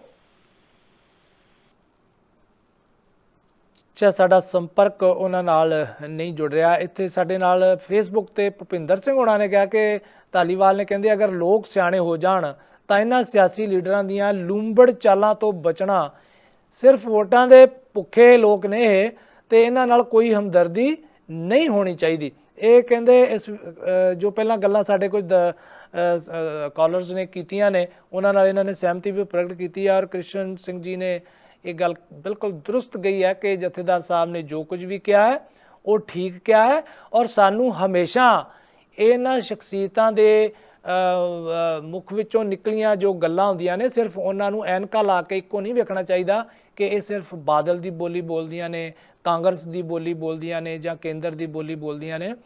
ਉਹਨਾਂ ਦੇ ਆਪਣੇ ਵੀ ਜਜ਼ਬਾਤ ਨੇ ਔਰ ਇੱਕ ਖਾਸ ਮੌਕਾ ਸੀ ਇਸ ਵਕਤ ਜਦੋਂ ਉਹਨਾਂ ਨੇ ਇਹ ਗੱਲ ਕੀਤੀ ਹੈ। ਇੱਕ ਹੋਰ ਕਾਲਰ ਨੇ ਸਾਡੇ ਨਾਲ। ਹੈਲੋ ਹੈਲੋ ਹੈਲੋ, ਹਾਂਜੀ ਕੌਣ ਬੋਲ ਰਹੇ ਹੋ? ਮੈਂ ਕਪੂਰਥਲੇ ਬੋਲ ਰਿਹਾ। ਹਾਂਜੀ ਕਪੂਰਥਲੇ ਤੋਂ ਬੋਲ ਰਹੀ। ਹਾਂਜੀ, ਕੀ ਨਾਂ ਹੈ ਤੁਹਾਡਾ? ਕਪੂਰਥਲੇ ਤੋਂ। ਹਾਂਜੀ, ਗੱਲ ਕਰ ਸਕਦੇ? ਹਾਂਜੀ ਹਾਂਜੀ, ਤੁਹਾਡੀ ਔਨ 에ਅਰ ਜਾ ਰਹੀ ਹੈ ਜੀ, ਗੱਲ ਤੁਸੀਂ ਕਰੋ ਸਾਡੇ ਨਾਲ। ਹਾਂਜੀ, ਮੈਂ ਕਿਹਾ ਜਦੋਂ ਵਾੜੀ ਖੇਤ ਨੂੰ ਖਾਣ ਲੱਗ ਪਵੇ, ਮੋਦੀ ਨੇ ਸਾਡੇ ਸਾਰੇ ਪਾਸੇ ਸਾਰਾ ਕੁਝ ਹੀ ਵੇਚ ਦਿੱਤਾ ਜੀ। ਜੇ ਬੰਗਲਾਦੇਸ਼ ਵਿੱਚ ਬੰਗਾਲ ਗਿਆ, ਬੰਗਾਲ ਦੇ ਵਿੱਚ ਇੱਕ ਜਨਾਨੀ ਦੇ ਪਿੱਛੇ, ਇੱਕ ਲੇਡੀ ਦੇ ਪਿੱਛੇ ਕਿੰਨੇ ਮਤਲਬ ਇਹਨਾਂ ਨੇ ਛੱਡੇ ਨੇ ਬੰਦੇ, ਜਦ ਕਿ ਉੱਥੇ ਮੁਸਲਮਾਨ ਵੀ ਇਹਨਾਂ ਦੇ ਹੱਕ ਦੇ ਵਿੱਚ ਨਹੀਂ ਹੈਗੇ। ਇਹਨਾਂ ਨੇ ਮੁਸਲਮਾਨ ਉੱਥੇ ਖੜੇ ਕਰਕੇ ਉਹਨਾਂ ਦੇ ਨਾਲ ਯਾਨੀ ਕਿ ਵਿੱਚੋਂ ਤੋਂ ਫਾੜ ਕਰਨ ਦਾ ਯਤਨ ਕੀਤਾ ਗਿਆ ਜੀ। ਹਾਂਜੀ, ਬਾਕੀ ਰਹੀ ਜਿਹੜੀ ਮਲੋਟ ਵਾਲੀ ਗੱਲ ਜੀ, ਉਹ ਮੇਰੇ ਕਹਿੰਦਾ ਮਤਲਬ ਜਦੋਂ ਆਪਣੇ ਜ਼ਿਮੀਂਦਾਰਾਂ ਨੂੰ ਚੜਾਉਣਗੇ ਵੀ ਇਹ ਕਾਨੂੰਨ ਪਾਸ ਨਹੀਂ ਹੋਣੇ, ਇਹ ਕਾਨੂੰਨ ਨਹੀਂ ਅਸੀਂ ਵਾਪਸ ਲੈਣੇ, ਤੇ ਫਿਰ ਉਹ ਦੱਸੋ ਜਦੋਂ ਬੰਦੇ ਨੂੰ ਚੜਾਉਣਗੇ ਤੇ ਕੀ ਕਰੂਗਾ ਬੰਦਾ। ਹਾਲਾਂਕਿ ਇਸ ਗੱਲ ਦੇ ਪਿੱਛੇ ਵੀ ਹੋਰ ਹੀ ਕਹਾਣੀ ਨਿਕਲਣੀ ਹੈ ਜੀ, ਇਹਦੇ ਵਿੱਚ ਸਾਡੇ ਜ਼ਿਮੀਂਦਾਰ ਭਰਾਵਾਂ ਦਾ ਕੋਈ ਰੋਲ ਨਹੀਂ ਹੋਣਾ ਜੀ, ਨਾ ਹੀ ਅਸੀਂ ਉਸ ਬੰਦੇ ਦਾ ਅਜੇ ਤੱਕ ਕਦੀ ਨਾਂ ਸੁਣਿਆ ਸੀ, ਉਹ ਨਾ ਆਪਣੇ ਨੂੰ ਚੁਪਕਾਉਣ ਵਾਸਤੇ ਉਹਨੇ ਕਈ ਕੁਛ ਮਤਲਬ ਇਹ ਕੋਈ ਲੁੰਬੜ ਚਾਲਾਂ ਚੱਲੀਆਂ ਹੋਣਗੀਆਂ ਜੀ। ਸ਼ੁਕਰੀਆ, ਬਹੁਤ ਬਹੁਤ ਸ਼ੁਕਰੀਆ ਜੀ। ਕਪੂਰਥਲੇ ਤੋਂ ਸਾਡੇ ਨਾਲ ਗੱਲ ਕਰ ਰਹੇ ਸੀਗੇ। ਇੱਥੇ ਸਾਡੇ ਕੋਲੇ ਨਿਰਮਲ ਸਿੰਘ ਹੋਣਾ ਨੇ YouTube ਦੇ ਉੱਤੇ ਕਮੈਂਟ ਕੀਤਾ, ਕਹਿੰਦੇ ਕਿਸਾਨ ਕਮੇਟੀਆਂ ਬਣਾ ਕੇ ਇਹਨਾਂ ਲੀਡਰਾਂ, ਰਾਜਸੀ ਲੀਡਰਾਂ ਨੂੰ, ਰਾਜਸੀ ਲੀਡਰਾਂ ਕਿਹਾ ਉਹਨਾਂ ਨੇ ਕਿਸੇ ਪਾਰਟੀ ਦਾ ਨਾਂ ਨਹੀਂ ਲਿਆ, ਰਾਜਸੀ ਲੀਡਰਾਂ ਤੋਂ ਲੋਕ ਇੰਨੇ ਅੱਕੇ ਹੋਏ ਆ। ਔਰ ਜਿਵੇਂ ਹੁਣ ਕਪੂਰਥਲਾ ਤੋਂ ਸਾਡੇ ਕਾਲਰਸ ਗੱਲ ਕਰ ਰਹੇ ਸੀ ਕਿ ਉਹ ਘਟਨਾ ਜੋ ਮਲੋਟ ਵਿੱਚ ਹੋਈ ਹੈ ਉਸ ਦੀ ਨਿੰਦਿਆ ਹਰ ਪਾਸਿਓਂ ਹੋਈ ਹੈ, ਹਰ ਲੀਡਰ ਨੇ ਕਿਹਾ ਹੈ, ਹਰ ਧਾਰਮਿਕ ਲੀਡਰ ਨੇ ਕਿਹਾ, ਹਰ ਸਮਾਜਿਕ ਲੀਡਰ ਨੇ ਕਿਹਾ, ਹਰ ਪਾਸਿਓਂ ਕਿਸਾਨਾਂ ਨੇ ਵੱਡੇ ਪੱਧਰ ਤੇ ਉਹਦੀ ਨਿਖੇਧੀ ਕੀਤੀ ਹੈ ਕਿ ਇਸ ਤਰ੍ਹਾਂ ਕਿਸੇ ਇੱਕ ਵਿਅਕਤੀ ਨਾਲ ਨਹੀਂ ਕਰਨਾ ਚਾਹੀਦਾ। ਇਹ ਆਪਣੇ ਆਪ ਦੇ ਵਿੱਚ ਬਹੁਤ ਵੱਡੀ ਗੱਲ ਹੈ ਕਿ ਹਰ ਪਾਸਿਓਂ ਨਿੰਦਾ ਹੋਈ ਹੈ, ਪਰ ਉੱਥੋਂ ਗੱਲਾਂ ਇਹ ਵੀ ਨਿਕਲ ਕੇ ਆ ਰਹੀਆਂ ਨੇ ਕਿ ਅਨਿਲ ਗਰਗ ਹੋਣਾ ਦੀ ਲੋਕਲ ਲੀਡਰਾਂ ਨਾਲ ਉੱਥੇ ਨਹੀਂ ਸੀ ਬਣਦੀ।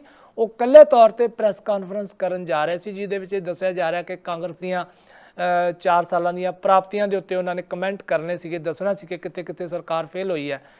ਸੋ ਜੋ ਸਥਾਨਕ ਲੀਡਰ ਸੀ ਉਹਨਾਂ ਦੇ ਵਿਰੋਧੀ ਕਹਿੰਦੇ ਉਹਨਾਂ ਨੇ ਭੀੜ 'ਚ ਖੜਿਆਂ ਨੇ ਰੌਲਾ ਪਾ ਦਿੱਤਾ ਕਿ ਪੜ੍ਹ ਲਓ ਪੜ੍ਹ ਲਓ ਪੜ੍ਹ ਲਓ, ਤੇ ਨੌਜਵਾਨ ਜੋ ਉੱਥੇ ਕਿਸਾਨਾਂ ਵੱਲੋਂ ਵਿਰੋਧ ਕਰ ਰਹੇ ਸੀ ਉਹਨਾਂ ਨੂੰ ਉਸ ਵਕਤ ਗੁੰਮਰਾਹ ਕਰ ਦਿੱਤਾ ਗਿਆ। ਤੇ ਉਹਨਾਂ ਨੇ ਕਹਿੰਦੇ ਅੱਗੇ ਹੋ ਕੇ ਜੋ ਉੱਥੇ ਲੋਕ ਸੀ, ਹੋ ਸਕਦਾ ਉਹ ਕੌਣ ਸੀਗੇ, ਕਿਸਾਨ ਹੈ ਵੀ ਸੀ ਕਿ ਨਹੀਂ ਹੈਗੇ ਸੀਗੇ, ਇਹ ਤਾਂ ਹੁਣ ਰਿਪੋਰਟ ਤੋਂ ਬਾਅਦ ਹੀ ਪਤਾ ਲੱਗੂਗਾ, ਪਰ ਇਸ ਸਾਰੇ ਝਮੇਲੇ ਦੇ ਵਿੱਚ ਇਹ ਘਟਨਾ ਵਾਪਰ ਗਈ ਜਿਹਦੀ ਸਾਰਿਆਂ ਨੇ ਦੁੱਖ ਪ੍ਰਗਟ ਕੀਤਾ। ਅਸੀਂ ਵੀ ਦੁੱਖ ਪ੍ਰਗਟ ਕਰਦੇ ਹਾਂ, ਸਾਰਿਆਂ ਨੇ ਕਿਹਾ ਕਿ ਇਸ ਤਰ੍ਹਾਂ ਕਿਸੇ ਦੇ ਨਾਲ ਫਿਜ਼ੀਕਲ ਤੌਰ ਤੇ ਮੈਨ ਹੈਂਡਲਿੰਗ ਨਹੀਂ ਹੋਣੀ ਚਾਹੀਦੀ। ਸਾਡੇ ਨਾਲ ਦਰਸ਼ਕ ਜੁੜੇ ਹੋਏ ਜੀ, ਆਓ ਗੱਲ ਕਰਦੇ ਹਾਂ। ਹੈਲੋ ਸਤਿ ਸ਼੍ਰੀ ਅਕਾਲ ਜੀ, ਕੌਣ ਬੋਲ ਰਹੇ ਹੋ? ਹਾਂਜੀ, ਕੌਣ ਬੋਲਦੇ ਹੋ ਤੁਸੀਂ? ਜੀਤ ਸਿੰਘ ਜੀ ਜੀ ਜੀ ਜੀ। ਜੋ ਆਪਣੇ ਲੀਡਰ ਹੈਗੇ ਆ ਕਿਸੇ ਪਾਰਟੀ ਦੇ ਵੀ ਲਾ ਲਓ ਜੀ, ਸਿਆਸਤ ਇੰਨੀ ਕੁ ਜ਼ਿਆਦਾ ਗੰਦਲੀ ਹੋ ਚੁੱਕੀ ਹੈ, ਜਿਵੇਂ ਆਪਣੇ ਬਰਸਾਤ ਦੇ ਵਿੱਚ ਛੱਪੜ ਦਾ ਪਾਣੀ ਹੁੰਦਾ ਨਾ ਵੀ ਬਹੁਤ ਜ਼ਿਆਦਾ ਗੰਦਲਾ ਜੀ, ਉਹ ਕੰਮ ਹੋ ਚੁੱਕਾ ਵਾ। ਇਹਦੇ ਵਿੱਚੋਂ ਹੁਣ ਬੰਦਾ ਕੱਢਣੇ ਬਹੁਤ ਔਖੇ ਆ, ਲੱਭਣੇ ਨਾ ਬਹੁਤ ਸੂਝਵਾਨ ਤਰੀਕੇ ਨਾਲ ਲੱਭਣੇ ਪੈਣੇ ਆ। ਲੋਕਾਂ ਨੂੰ ਸਮਝਣਾ ਚਾਹੀਦਾ ਜੀ, ਆਪਣਾ ਆਪ ਬਚਾ ਲਓ, ਇਹਨਾਂ ਤੋਂ ਕੋਈ ਆਸ ਨਾ ਰੱਖੋ ਜੀ। ਲੀਡਰਾਂ ਨੇ ਕੁਝ ਨਹੀਂ ਬਈ ਜੀ ਦੇਣਾ ਹੈਗਾ ਜੀ, ਨਾ ਅੱਜ ਤੱਕ ਦਿੱਤਾ। ਜਿਹੜੇ 8.5 ਕਿੱਲੇ ਦੇ ਮਾਲਕ ਸੀਗੇ ਨਾ, ਉਹ ਅੱਜ 8500 ਕਿੱਲਾ ਲਈ ਬੈਠੇ ਆ ਜੀ। ਉਹ ਸਾਨੂੰ ਲੁੱਟਿਆ ਉਹਨਾਂ ਨੇ, ਆਮ ਬੰਦੇ ਨੂੰ, ਹਰੇਕ ਬੰਦੇ ਨੂੰ ਜੀ, ਠੀਕ ਹੈ ਜੀ। ਉਹਨਾਂ ਕੋਲ ਕਿੱਥੋਂ ਜ਼ਿਆਦਾ ਨਹੀਂ ਆ। ਉਹ ਤੁਹਾਡੇ ਮੇਰੇ ਸਾਰੇ ਆਪਣੇ ਜਿੰਨੇ ਆਪਣੇ ਇੰਡੀਅਨ ਹੈ ਨਾ, ਸਾਰਿਆਂ ਦੇ ਪੈਸਾ ਖਾ ਖਾ ਕੇ ਸਾਰਾ ਕੁਝ ਵੇਚੀ ਜਾਂਦੇ ਆ। ਹੁਣ ਉਹਨਾਂ ਨੂੰ ਇਹ ਲੱਗਦਾ ਵੀ 8,500 ਏਕੜ ਜਾਂ ਸਾਡੇ ਉਦੋਂ ਵੱਧ ਦੀਆਂ ਜਿਹੜੀਆਂ ਪ੍ਰਾਪਰਟੀਆਂ ਨੇ, ਇਹ ਵੀ ਥੋੜੀ ਉਹਨਾਂ ਛੋਟੀ ਚੀਜ਼ ਲੱਗਦੀ ਆ ਉਹ ਜੀ ਜੀ। ਇਸ ਕਰਕੇ ਉਹ ਕਹਿੰਦੇ ਵੀ ਜੋ ਵੀ ਮਿਲਦਾ ਵੇਚ ਦੋ, ਜਾਂ ਇਹ ਖੁੱਲ ਕੇ ਦੱਸ ਹੀ ਦੇਣ ਵੀ ਕਿੰਨੀ ਕੀਮਤ ਪੂਰੇ ਇੰਡੀਆ ਨੂੰ ਆਜ਼ਾਦ ਕਰਨ ਦੀ ਕਿੰਨੀ ਕੀਮਤ ਲੈਣੀ ਆ।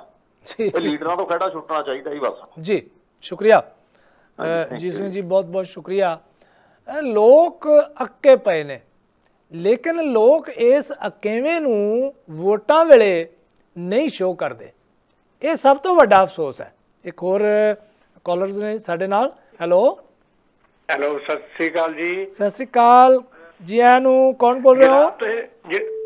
ਮੈਂ ਗੁਰਦਿਆਲ ਸਿੰਘ ਗਰੇਵਾਲ ਬੋਲਦਾ ਆਪਣੇ ਕੈਨੇਡਾ ਤੋਂ ਜੀ। ਗਰੇਵਾਲ ਸਾਹਿਬ ਜਨਾਬ, ਗੱਲ ਹੈ ਵੀ ਜੇ ਦੰਗੇ ਸ਼ਬਦ ਬਦਲ ਲਓ ਜੀ।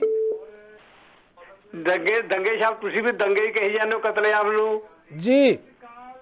ਬਿਲਕੁਲ ਠੀਕ ਹੈ ਜੀ ਤੁਹਾਡੀ ਗੱਲ। ਪਲੀਜ਼ ਇਹੀ ਹੈ ਵੀ ਦੰਗੇ ਦਾ ਸ਼ਬਦ ਬਦਲ ਲਓ ਜੀ। ਕਤਲੇਆਮ ਤੁਹਾਡੀ ਗੱਲ ਠੀਕ ਹੈ, ਕਤਲੇਆਮ ਹੀ ਹੋਇਆ ਜੀ ਉਦੋਂ ਨੌਜਵਾਨਾਂ ਦਾ। ਅਸੀਂ ਸ਼ਬਦ ਬਦਲ ਕੇ ਇੱਧਰ ਉੱਧਰ ਕਰਦੇ ਹਾਂ, ਮਤਲਬ ਸਾਡਾ ਉਹੀ ਹੁੰਦਾ ਹੈ ਕਿ ਕਿਸੇ ਇੱਕ ਜਦੋਂ ਦੰਗੇ ਹੁੰਦੇ ਨੇ ਉਹਦੇ ਵਿੱਚ ਕਤਲੇਆਮ ਹੀ ਹੋਇਆ, ਜਿਹੜਾ ਉਹ ਕਤਲੇਆਮ। ਅਸੀਂ ਸਹਿਮਤ ਹਾਂ ਤੁਹਾਡੇ ਨਾਲ ਜੀ। ਸਾਡੇ ਨਾਲ ਹੋਰ ਦਰਸ਼ਕ ਨੇ ਜੀ। ਹੈਲੋ ਹਾਂਜੀ, ਸਤਿ ਸ੍ਰੀ ਅਕਾਲ ਜੀ। ਸਤਿ ਸ੍ਰੀ ਅਕਾਲ, ਕੌਣ ਬੋਲਦੇ ਹੋ ਜੀ? ਮੈਂ ਵੀ ਕੈਨੇਡਾ ਤੋਂ ਬੋਲਦਾ ਜੀ, ਅੰਗਦ ਜੀ। ਅੰਗਦ? ਹਾਂ ਜੀ। ਜੀ ਜੀ ਅੰਗਦ ਜੀ, ਕੀ ਕਹਿਣਾ ਚਾਹੋਗੇ? ਤੁਸੀਂ ਗਲੋਬਲ ਪੰਜਾਬ ਤੋਂ ਬੋਲ ਰਹੇ ਹੋ ਜੀ?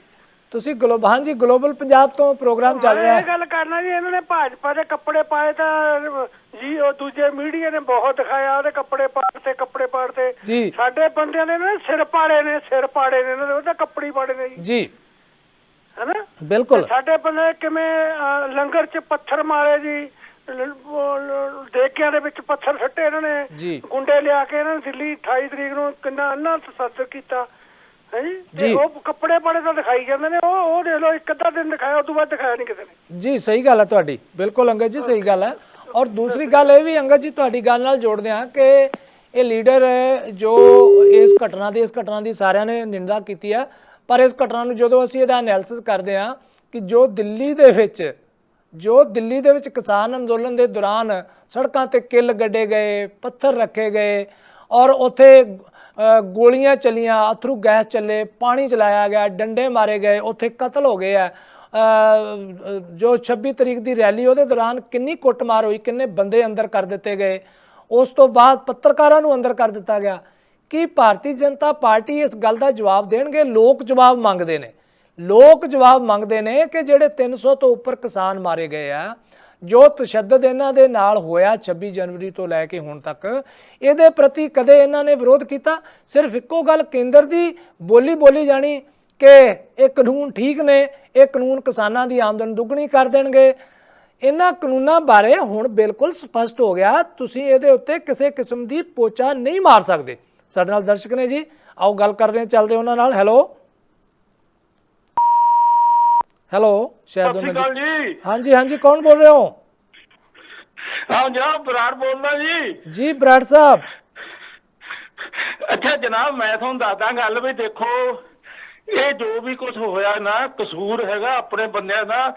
ਮੈਂ ਤੁਹਾਨੂੰ ਦੱਸਦਾ, ਤੁਹਾਡੇ ਨਾਲ ਪਟਿਆਲੇ ਇੱਕ ਗਵਰਨਮੈਂਟ ਨੇ ਰਖੜੇ ਨਾ ਸ਼ੂਗਰ ਮਿਲ ਲਾਈ ਸੀ, ਸ਼ੂਗਰ ਮਿਲ ਜੀ ਰਖੜੇ ਲੱਗੀ ਹੋਈ ਸੀ। ਬਿਲਕੁਲ ਹਾਂ, ਜੇ ਨਾ ਸਾਡੇ ਬੰਦਿਆਂ ਨੇ 100 ਕੁਆਂਟਲ ਗੰਨਾ ਸਿੱਟਣਾ ਤਾਂ ਮੇਲਾ ਲੈਣਾ ਰਲ ਕੇ 1000 ਕੁਆਂਟਲ ਲਿਖਾ ਲੈਣਾ ਜੀ। ਤੇ ਪਹਿਲੇ ਸਾਲ ਹੀ 10 ਕਰੋੜ ਰੁਪਏ ਘਾਟੇ ਚ ਗਈ ਮਿਲ ਹੈ। ਹੈਲੋ ਜੀ ਸੁਣ ਰਹੇ ਤੁਹਾਡੀ ਗੱਲ। ਹਾਂ, ਤੇ ਹੁਣ ਉਹ ਮਿਲ ਕਿਤੇ ਲੱਭਦੀ ਆ ਜੀ? ਹੈਗੀ ਕਿਤੇ ਨਹੀਂ ਹੈਗੀ, ਉਹ ਤਾਂ ਮੈਨੂੰ ਹੈ ਨੌ ਨਿਸ਼ਾਨ ਹੀ ਹੈ ਨਹੀਂ ਮੈਨੂੰ ਲੱਗਦਾ ਜੀ। ਹਾਂ, ਉਹ ਇਹ ਸਾਡੇ ਦੇਖੋ, ਸਾਡੇ ਗੁਰੂ ਦਾ ਹੁਕਮ ਸੀ ਵੀ ਮੇਰੇ ਸਿੱਖ ਨੇ ਝੂਠ ਨਹੀਂ ਬੋਲਣਾ ਜੀ ਹੈ। ਤੇ ਫਿਰ ਦੂਜੀ ਗੱਲ ਇਹਨਾਂ ਨੂੰ ਪੁੱਛੋ ਬਈ ਜਿਹੜੀ FCI ਆ ਗਰੀਬ ਜੱਟਾਂ ਦੀ ਮਾਂ 3 ਲੱਖ ਕਰੋੜ ਰੁਪਏ ਘਾਟੇ ਚ ਜੀ, ਤੇ ਉਹਦੀ ਗੱਲ ਕਦੋਂ ਨਹੀਂ ਕਰਦੇ? ਉਹਦੀ ਇਨਕੁਆਇਰੀ ਦੀ ਗੱਲ ਕਿਉਂ ਨਹੀਂ ਕਰਦੇ ਇਹ? ਜੀ ਇਹਨਾਂ ਨੂੰ ਪੁੱਛੋ ਨਾ ਕਿਸਾਨ ਯੂਨੀਅਨ ਵਾਲੇ ਨੂੰ ਬਈ ਤੁਸੀਂ FCI ਦੀ ਇਨਕੁਆਇਰੀ ਦੀ ਗੱਲ ਕਿਉਂ ਨਹੀਂ ਕਰਦੇ? 3 ਲੱਖ ਕਰੋੜ ਰੁਪਏ ਘਾਟੇ ਚ ਉਹ ਵੱਡੇ ਡਾਕੂ ਜਿਉਂਦੇ ਆ, ਉਹਨਾਂ ਤੋਂ ਪੈਸੇ ਲੈ ਜਾ ਸਕਦੇ ਆ ਹਜੇ ਵੀ। ਜੀ ਇਹਨਾਂ ਨੂੰ ਕਹੋ ਜੇ ਤੁਸੀਂ ਸਿੰਸੀਅਰ ਨਹੀਂ ਹੋਵੋਗੇ ਗੁਰੂ ਨੇ ਤੁਹਾਡੀ ਬਾਂਹ ਨਹੀਂ ਫੜਨੀ। ਗੁਰੂ ਦਾ ਹੁਕਮ ਆ, ਮੇਰੇ ਕੋਲ ਆਓਗੇ ਸੱਚੇ ਦਿਲੋਂ ਆਇਓ।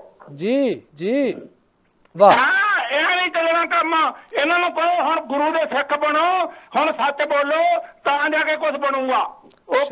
ਸ਼ੁਕਰੀਆ ਬਰਾੜ ਸਾਹਿਬ, ਤੁਸੀਂ ਜੋ ਗੱਲ ਕੀਤੀ ਹੈ ਪਟਿਆਲੇ ਵਿੱਚ ਰਖੜਾ ਮਿਲਦੀ ਸੱਚਮੁੱਚ ਬਰਬਾਦ ਹੋ ਚੁੱਕੀ ਹੈ, ਬੰਦ ਹੋ ਚੁੱਕੀ ਹੈ, ਉੱਥੇ ਜਾਲੇ ਲੱਗੇ ਹੋਏ ਆ। ਔਰ ਤੁਸੀਂ ਜੋ ਗੱਲ ਕੀਤੀ ਹੈ ਨਾ ਕਿ ਉੱਥੇ ਸੁੱਟਦੇ ਸੀਗੇ 700 ਕੁਆਂਟਲ ਲਿਖਾ ਦਿੱਤਾ ਸੀ, 1000 ਕੁਆਂਟਲ ਮਤਲਬ ਵਾਧੂ ਲਿਖ ਦਿੱਤਾ ਜਾਂਦਾ ਸੀ, ਤਾਂ ਉਹਦੇ ਵਿੱਚ ਕਿਸਾਨਾਂ ਦਾ ਕੋਈ ਕਸੂਰ ਨਹੀਂ ਹੈਗਾ, ਕਿਉਂਕਿ ਮੈਂ ਵੀ ਇਸ ਇਲਾਕੇ ਦਾ ਰਹਿਣ ਵਾਲਾ। ਉਹਦੇ ਵਿੱਚ ਜੋ ਅਫਸਰ ਰਲੇ ਹੁੰਦੇ ਸੀ ਉਹ ਰਲ ਜਾਂਦੇ ਸੀ, ਕਿਉਂਕਿ ਉਹਨਾਂ ਨੇ ਵਿੱਚੋਂ ਪੈਸਾ ਖਾਣਾ ਹੁੰਦਾ ਸੀ। ਕਿਸਾਨ ਨੂੰ ਮਜਬੂਰ ਕੀਤਾ ਜਾਂਦਾ ਸੀ ਕਿ ਤੇਰੇ ਨਾਂ ਦੇ ਉੱਤੇ ਅਸੀਂ ਇੰਨਾ ਗੰਨਾ ਕੱਟ ਰਹੇ ਹਾਂ, ਤੂੰ ਸਾਨੂੰ ਇੰਨੇ ਗੰਨੇ ਦੇ ਪੈਸੇ ਦੇ ਦੇਵੀਂ ਵਾਪਸ। ਸੋ ਇਹਦੇ ਵਿੱਚ ਅਫਸਰ ਰਲ ਜਾਂਦੇ ਆ, ਉੱਥੋਂ ਦੇ ਜੋ ਕਰਮਚਾਰੀ ਹੁੰਦੇ ਸੀ ਉਹ ਰਲ ਜਾਂਦੇ ਰਹੇ ਨੇ। ਕਿਸਾਨ ਵਿਚਾਰਾ ਮਜਬੂਰ ਹੁੰਦਾ ਹੈ, ਜਦੋਂ ਉਹਦੀ ਟਰਾਲੀ ਬਾਹਰ ਖੜੀ ਰਹਿੰਦੀ ਹੈ 2 ਦਿਨ, ਉਹ ਕੰਡੇ ਦੇ ਉੱਤੇ ਨਹੀਂ ਲੱਗਦੀ, ਤੁਲਦੀ ਨਹੀਂ, ਤੇ ਉਹਨੇ ਪਿੱਛੇ ਜਾ ਕੇ ਵੀ ਕੰਮ ਕਰਨਾ ਹੁੰਦਾ ਹੈ। ਉੱਥੇ ਕਿਸਾਨਾਂ ਦੀਆਂ ਇਹੋ ਜਿਹੀਆਂ ਤਰਾਸਦੀਆਂ ਰਹੀਆਂ ਨੇ ਕਿ ਕਿਸਾਨ ਰਾਤ ਨੂੰ 10-20 ਕਿਲੋਮੀਟਰ ਤੋਂ ਟਰਾਲੀ ਲੈ ਕੇ ਪਹੁੰਚਿਆ, ਅੱਗੇ ਕੰਡਾ ਨਹੀਂ ਲਾਇਆ, 2 ਦਿਨ ਉੱਥੇ ਖੜਿਆ ਰਿਹਾ, ਰੋਟੀ ਉਹਨੇ ਵਿਚਾਰੇ ਨੇ ਬੇਹੀ ਖਾਧੀ, ਔਰ ਸਵੇਰੇ ਉੱਠ ਕੇ ਵੇਖਿਆ ਉਹਦੀ ਟਰਾਲੀ 'ਚੋਂ ਬੈਟਰੀ ਵੀ ਗਾਇਬ ਸੀ।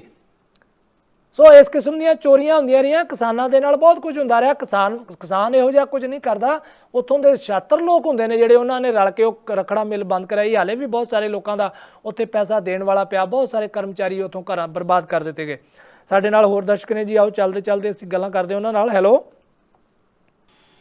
ਹੈਲੋ ਹਾਂਜੀ, ਕੌਣ ਜੀ? ਸਤਿ ਸ਼੍ਰੀ ਅਕਾਲ ਜੀ। ਸਤਿ ਸ਼੍ਰੀ ਅਕਾਲ, ਕੌਣ ਬੋਲ ਰਹੇ ਹੋ? ਸ਼ੇਰਗਿੱਲ ਬੋਲਦਾ ਜੀ, ਮੋਹਾਲੀ ਤੋਂ। ਹਾਂਜੀ ਸ਼ੇਰਗਿੱਲ ਸਾਹਿਬ ਜੀ, ਆਇਆਂ ਨੂੰ। ਮੈਂ ਤਾਂ ਸਰ ਇਹ ਕਹਿਣਾ ਵੀ ਜਿਹੜੀ FCI ਹੈ ਇਹਨਾਂ ਅਫਸਰਾਂ ਨੇ ਵਾਕਈ ਲੁੱਟ ਮਚਾਈ ਹੈ ਜੀ। ਜਿਹੜਾ ਇਹ ਸਰਕਾਰ ਦਾ ਖਰੀਦਦੇ ਸੀਗੇ, ਜਿੰਨਾ ਵੀ ਅਨਾਜ ਖਰੀਦਦੇ ਸੀਗੇ, ਇਹਨਾਂ ਨੇ ਪਾਣੀ ਪਾ ਘਟਾਉਣਾ ਤੇ ਗਾਲਿਆ ਜੀ। ਜਿਹੜੇ FCI ਦੇ ਵਿੱਚ ਭਰਤੀ ਕੀਤੇ ਸੀ ਇਹ ਵੀ ਪੋਲੀਟੀਸ਼ੀਅਨ ਦੇ ਬੰਦੇ ਸੀਗੇ ਜੀ। ਨੰਬਰ 2, ਜਿਹੜੀਆਂ ਗੰਨਾ ਮਿੱਲਾਂ ਦੇ ਵਿੱਚ ਕੰਡੇ ਲੱਗੇ ਨੇ, ਉਹਨਾਂ ਦੇ ਵਿੱਚ ਥੱਲੇ ਲੱਕੜੀ ਦਾ ਗੁਟਕਾ ਫਸਾ ਕੇ ਹਰੇਕ ਕਿਸਾਨ ਦਾ 10-10, 15-15 ਕੁਇੰਟਲ ਗੰਨਾ ਉਹ ਕੱਟ ਮਾਰ ਜਾਂਦੇ ਸੀਗੇ ਜੀ। ਹੈ ਜੀ। ਨੰਬਰ 3, ਹੁਣ ਜਿਹੜੇ ਮੰਡੀਆਂ ਦੇ ਵਿੱਚ ਝੋਨਾ ਚੁੱਕਦਾ ਸੀਗਾ ਜਾਂ ਕਣਕ ਚੁੱਕਦੀ ਸੀ, ਉੱਥੇ ਵੀ ਹੜ੍ਹ ਦੀ ਕੰਡਾ ਮਾਰਦੇ ਸੀਗੇ ਤੇ ਕਿਸਾਨ ਨੂੰ ਤਾਂ ਸਾਰੇ ਪਾਸੇ ਤੇ ਲੁੱਟ ਪੈ ਰਹੀ ਹੈ ਜੀ। ਇਹਦਾ ਜਦ ਤੱਕ ਕਿਸਾਨ ਆਪ ਨਹੀਂ ਜਾਗਦਾ, ਆਪਣੇ ਲੀਡਰ ਆਪ ਨਹੀਂ ਬਣਾਉਂਦਾ, ਜਦ ਤੱਕ ਇਹਦਾ ਕੁਝ ਨਹੀਂ ਬਣਨਾ। ਜਾਂ ਫਿਰ ਤੀਜੀ ਪਾਰਟੀ ਨੂੰ ਪਾਵਰ ਦੇ ਅੱਖਾਂ ਵਿੱਚ ਕੇ ਹੈ ਉਹ ਆਪ ਹੀ ਕਢਾ ਲੂ ਇਹਦਾ ਸਾਰਾ ਕੁਝ ਹੀ ਜੀ। ਇਹਦਾ ਖਾ ਗਈ FCI, ਬਦਨਾਮ ਕਿਸਾਨ ਹੋ ਗਏ, ਖਾ ਗਏ ਅਫਸਰ ਤੇ ਪੋਲੀਟੀਸ਼ੀਅਨ ਹੈ, ਬਦਨਾਮ ਕਿਸਾਨ ਹੋ ਗਏ ਜੀ। ਇਹਦਾ ਉਹ ਕੰਮ ਹੈ ਜੀ ਵੀ ਕਹਿੰਦਾ ਵੀ ਖਾਵੇ ਕੋਈ ਹੋਰ ਭਰੇ ਕੋਈ ਹੋਰ, ਇਹ ਕੰਮ ਹੋ ਰਿਹਾ ਜੀ। ਜੀ ਥੈਂਕ ਯੂ, ਸ਼ੁਕਰੀਆ ਸ਼ੇਰਗਿੱਲ ਸਾਹਿਬ। ਬਿਲਕੁਲ ਤੁਹਾਡੀ ਗੱਲ ਠੀਕ ਹੈਗੀ ਹੈ। ਕਿਸਾਨ ਮਾਫ ਕਰਨਾ, ਕਿਸਾਨ ਨੂੰ ਤਾਂ ਬਦਨਾਮ ਕੀਤਾ ਜਾ ਰਿਹਾ। ਕਿਸਾਨ ਕਿਉਂਕਿ ਕਿਸਾਨ ਵਿਚਾਰਾ ਕੱਲਾ ਕੱਲਾ ਆ ਕੇ ਆਪਣੀ ਗੱਲ ਨਹੀਂ ਦੱਸ ਸਕਦਾ।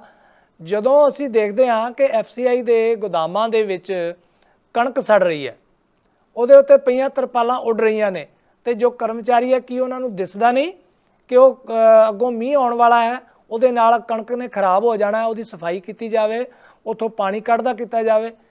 ਸੋ ਇਸ ਕਰਕੇ ਗਾਲ ਦਿੱਤੀ ਜਾਂਦੀ ਹੈ ਕਿ ਜਦੋਂ ਉੱਥੇ ਵਿਖਾਉਣਾ ਹੈ ਖਰਾਬਾ, ਤਾਂ ਉੱਥੇ ਜਿੱਥੇ 50 ਕੁਇੰਟਲ ਹੋਇਆ ਉੱਥੇ 500 ਕੁਇੰਟਲ ਵੀ ਖਰਾਬਾ ਵਿਖਾਇਆ ਜਾਵੇ ਤਾਂ ਕਿ ਜੇਬਾਂ ਭਰੀਆਂ ਜਾ ਸਕਣ। ਇਹਦੇ ਲਈ FCI ਦੇ ਕਰਮਚਾਰੀ ਅਫਸਰ ਉੱਤੋਂ ਤੱਕ ਜ਼ਿੰਮੇਵਾਰ ਹੈ ਜਿਨ੍ਹਾਂ ਨੇ ਇਸ ਸਿਸਟਮ ਨੂੰ ਬਰਬਾਦ ਕੀਤਾ, ਔਰ ਉਹਨਾਂ ਦਾ ਇਹ ਜੋ ਉਹਨਾਂ ਨੇ ਜਾਲ ਵਿਛਾਇਆ ਉਹਦਾ ਅਸਰ ਪੈ ਰਿਹਾ ਕਿਸਾਨ ਤੇ ਵੱਡੀ ਪੱਧਰ ਦੇ ਉੱਤੇ, ਕਿਸਾਨ ਦੇ ਉੱਤੇ, ਕਿ ਸਰਕਾਰ ਇਸ ਕਿਸਮ ਦੇ ਫੈਸਲੇ ਲੈ ਰਹੀ ਹੈ ਜਿਸ ਦੇ ਨਾਲ ਅੱਜ ਸਾਡੇ ਕਿਸਾਨ ਦਿੱਲੀ ਬੈਠੇ ਪਿਛਲੇ 127 ਦਿਨਾਂ 26 ਦਿਨਾਂ ਤੋਂ ਜੂਝ ਰਹੇ ਆ। ਸਾਡੇ ਨਾਲ ਦਰਸ਼ਕ ਨੇ ਜੀ, ਚੱਲਦੇ ਚੱਲਦੇ ਗੱਲ ਕਰਦੇ ਹਾਂ। ਹੈਲੋ,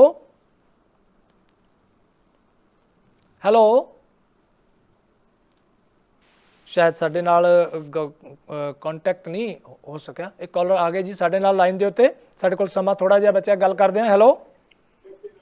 ਹੈਲੋ ਜੀ। ਹਾਂਜੀ, ਕੌਣ ਸਾਹਿਬ? ਜਸਪਾਲ ਸਿੰਘ ਬੋਲ ਰਿਹਾ। ਮੈਂ ਜਸਪਾਲ ਸਿੰਘ ਬੋਲ ਰਿਹਾ ਕੈਨੇਡਾ ਤੋਂ। ਜੀ ਜਸਪਾਲ ਸਿੰਘ ਜੀ ਆਇਆਂ ਨੂੰ। ਮੈਂ ਇੱਕ ਗੱਲ ਕਰਨੀ ਚਾਹੁੰਦਾ ਵੀ ਇਹ ਜਿਹੜਾ ਮੋਦੀ ਦਾ ਏਜੰਡਾ ਹੈ ਨਾ, RSS ਦਾ ਏਜੰਡਾ, ਉਹ ਇਹ ਬੜਾ ਡੂੰਘਾ ਏਜੰਡਾ ਆ। ਡੂੰਘਾ ਏਜੰਡਾ ਇਸ ਤਰ੍ਹਾਂ ਆ ਵੀ ਉਹ ਸਿੱਖ ਧਰਮ ਨੂੰ ਨੀਵਾਂ ਦਿਖਾਉਣਾ ਚਾਹੁੰਦੇ ਆ ਹਿੰਦੂ ਧਰਮ ਨਾਲੋਂ ਜੀ। ਹੁਣ ਜਦੋਂ ਵੀ ਕੋਈ ਇਹ ਗੱਲ ਕਰਦਾ ਵੀ ਸਾਡੇ ਸਿੱਖ ਗੁਰੂਆਂ ਨੇ ਕੁਰਬਾਨੀਆਂ ਕੀਤੀ ਹਿੰਦੂ ਧਰਮ ਨੂੰ ਬਚਾਉਣ ਲਈ, ਇਹ ਗੱਲ ਉਹਨਾਂ ਨੂੰ ਪਚਦੀ ਨਹੀਂ ਹੈ ਜੀ। ਇਸ ਕਰਕੇ ਇਹ ਲੋਕ ਇਸ ਕਰਕੇ ਹੁਣ ਉਸ ਗੱਲ ਲੱਗੇ ਹੋ ਵੀ ਇਹਨੂੰ ਸਿੱਖਾਂ ਦੇ ਧਰਮ ਨੂੰ ਨੀਵਾਂ ਦਿਖਾਇਆ ਜਾਵੇ ਔਰ ਹਿੰਦੂ ਧਰਮ ਨੂੰ ਉਹਦੇ ਨਾਲ ਸੁਪੀਰੀਅਰ ਸਮਝਿਆ ਜਾਵੇ ਜੀ, ਤਾਂ ਹਿੰਦੂਆਂ ਦੀਆਂ ਵੋਟਾਂ ਲਈਆਂ ਜਾਣ ਬਾਕੀ ਰਾਜਾਂ ਦੇ ਵਿੱਚੋਂ। ਪੰਜਾਬ ਦੀ ਉਹਨੂੰ ਕੋਈ ਪਰਵਾਹ ਨਹੀਂ ਕਿ 2-3 ਸੀਟਾਂ ਇਹਨਾਂ ਨੂੰ ਮਿਲਦੀਆਂ ਜੀ। ਜਸਪਾਲ ਸਿੰਘ ਜੀ ਬਹੁਤ ਬਹੁਤ ਸ਼ੁਕਰੀਆ। ਅੱਜ ਦੀ ਸਾਡੀ ਇਸ ਜੋ ਚਰਚਾ ਸਾਡੇ ਦਰਸ਼ਕਾਂ ਨੇ, ਸਾਡੇ ਕਾਲਰਸ ਨੇ ਸਾਡੇ ਨਾਲ ਕੀਤੀ ਹੈ, ਇੱਕ ਗੱਲ ਅਖੀਰ ਦੇ ਵਿੱਚ ਜੋ ਅਸੀਂ ਕੱਢ ਸਕਦੇ ਹਾਂ ਕਿ ਸਰਕਾਰ ਦਾ ਏਜੰਡਾ ਹੈ ਕਿ ਧਰਮਾਂ ਦੇ ਵਿੱਚ ਵੰਡੀਆਂ ਪਾ ਕੇ ਫਿਰ ਵੋਟਾਂ ਪਵਾਈਆਂ ਜਾਣ ਤੇ ਰਾਜ ਕੀਤਾ ਜਾਵੇ। ਔਰ ਨਾਲ ਦੀ ਨਾਲ ਅੱਜ ਔਰ ਪਿਛਲੇ ਪ੍ਰੋਗਰਾਮਾਂ ਦੇ ਵਿੱਚੋਂ ਵੀ ਇਹ ਗੱਲ ਉੱਭਰ ਕੇ ਆ ਰਹੀ ਹੈ ਕਿ ਪੰਜਾਬ ਦੇ ਵਿੱਚ ਵੀ ਕੇਂਦਰ ਸਰਕਾਰ ਜਾਂ ਭਾਰਤੀ ਜਨਤਾ ਪਾਰਟੀ ਇਸ ਕਿਸਮ ਦਾ ਤਾਣਾ ਬਾਣਾ ਬੁਣਨ ਵਿੱਚ ਕਾਮਯਾਬ ਹੋ ਗਈ ਹੈ ਕਿ ਹਿੰਦੂ ਅਤੇ ਸਿੱਖਾਂ ਨੂੰ ਵੱਖਰੇ ਵੱਖਰੇ ਖੜਾ ਕੀਤਾ ਜਾ ਸਕੇ। ਜਿਸ ਹਿਸਾਬ ਨਾਲ ਪਿਛਲੇ ਦਿਨਾਂ ਦੀਆਂ ਘਟਨਾਵਾਂ ਹੋਈਆਂ ਨੇ, ਉਹਨਾਂ ਤੋਂ ਸਾਡੇ ਪੰਜਾਬ ਵਾਸੀਆਂ ਨੂੰ, ਹਿੰਦੁਸਤਾਨ ਵਾਸੀਆਂ ਨੂੰ ਜਾਗਰੂਕ ਹੋਣ ਦੀ ਲੋੜ ਹੈ। ਸਾਡਾ ਸਮਾਜਿਕ ਤਾਣਾ ਬਾਣਾ ਬਹੁਤ ਹੀ ਮਜ਼ਬੂਤ ਹੈ ਔਰ ਬਹੁਤ ਦੁਨੀਆ ਦੇ ਵਿੱਚ ਸਲਾਹਿਆ ਜਾਣ ਵਾਲਾ ਹੈ ਕਿ ਜਿੱਥੇ ਜਿਸ ਖਿੱਤੇ ਦੇ ਵਿੱਚ ਹਰ ਧਰਮ ਦੀ ਇੱਜ਼ਤ ਹੈ, ਉਹ ਖਿੱਤਾ ਹੈ ਪੰਜਾਬ ਦਾ, ਉੱਥੇ ਹਰ ਇੱਕ ਨੂੰ ਪਿਆਰ ਕੀਤਾ ਜਾਂਦਾ ਹੈ। ਇਸ ਨੂੰ ਕਾਇਮ ਰੱਖਣਾ ਹੈ। ਆਪਾਂ ਅਗਲੇ ਦਿਨਾਂ ਦੇ ਵਿੱਚ ਗੱਲਾਂ ਕਰਦੇ ਰਹਾਂਗੇ। ਪਰ ਇੱਕ ਗੱਲ ਜੋ ਦੁੱਖ ਵਾਲੀ ਹੈ ਉਹ ਇਹ ਮਹਿਸੂਸ ਹੋਣ ਲੱਗ ਪਿਆ ਹੈ ਕਿ ਸਿੱਖਾਂ ਪ੍ਰਤੀ ਕੋਈ ਨਾ ਕੋਈ ਜਾਲ ਉਣਨ ਦੀ ਕੋਸ਼ਿਸ਼ ਕੀਤੀ ਜਾ ਰਹੀ ਹੈ। ਪਰਮਾਤਮਾ ਸਭ ਨੂੰ ਸਮਤ ਬਖਸ਼ੇ। ਇਹਦੇ ਨਾਲ ਹੀ ਅੱਜ ਦਾ ਪ੍ਰੋਗਰਾਮ ਸਮਾਪਤ ਕਰਨ ਦੀ ਅਮਰਜੀਤ ਵੜੈਚ ਨੂੰ ਦਿਓ ਇਜਾਜ਼ਤ। ਹੁਣ ਤੁਸੀਂ ਦੇਖ ਸਕਦੇ ਹੋ ਗਲੋਬਲ ਪੰਜਾਬ ਟੀਵੀ ਨੂੰ ਡਾਊਨਲੋਡ ਕਰੋ ਸਾਡੀ ਐਪ ਐਂਡਰੋਇਡ ਜਾਂ iOS ਤੇ ਫ੍ਰੀ ਵਿੱਚ roku ਅਤੇ Amazon Fire TV ਤੇ ਜਾਂ Apple TV ਤੇ ਨਾਲ ਹੀ ਦੇਖ ਸਕਦੇ ਹੋ ਲਾਈਵ ਸਟ੍ਰੀਮਿੰਗ www.globalpunjabtv.com ਤੇ।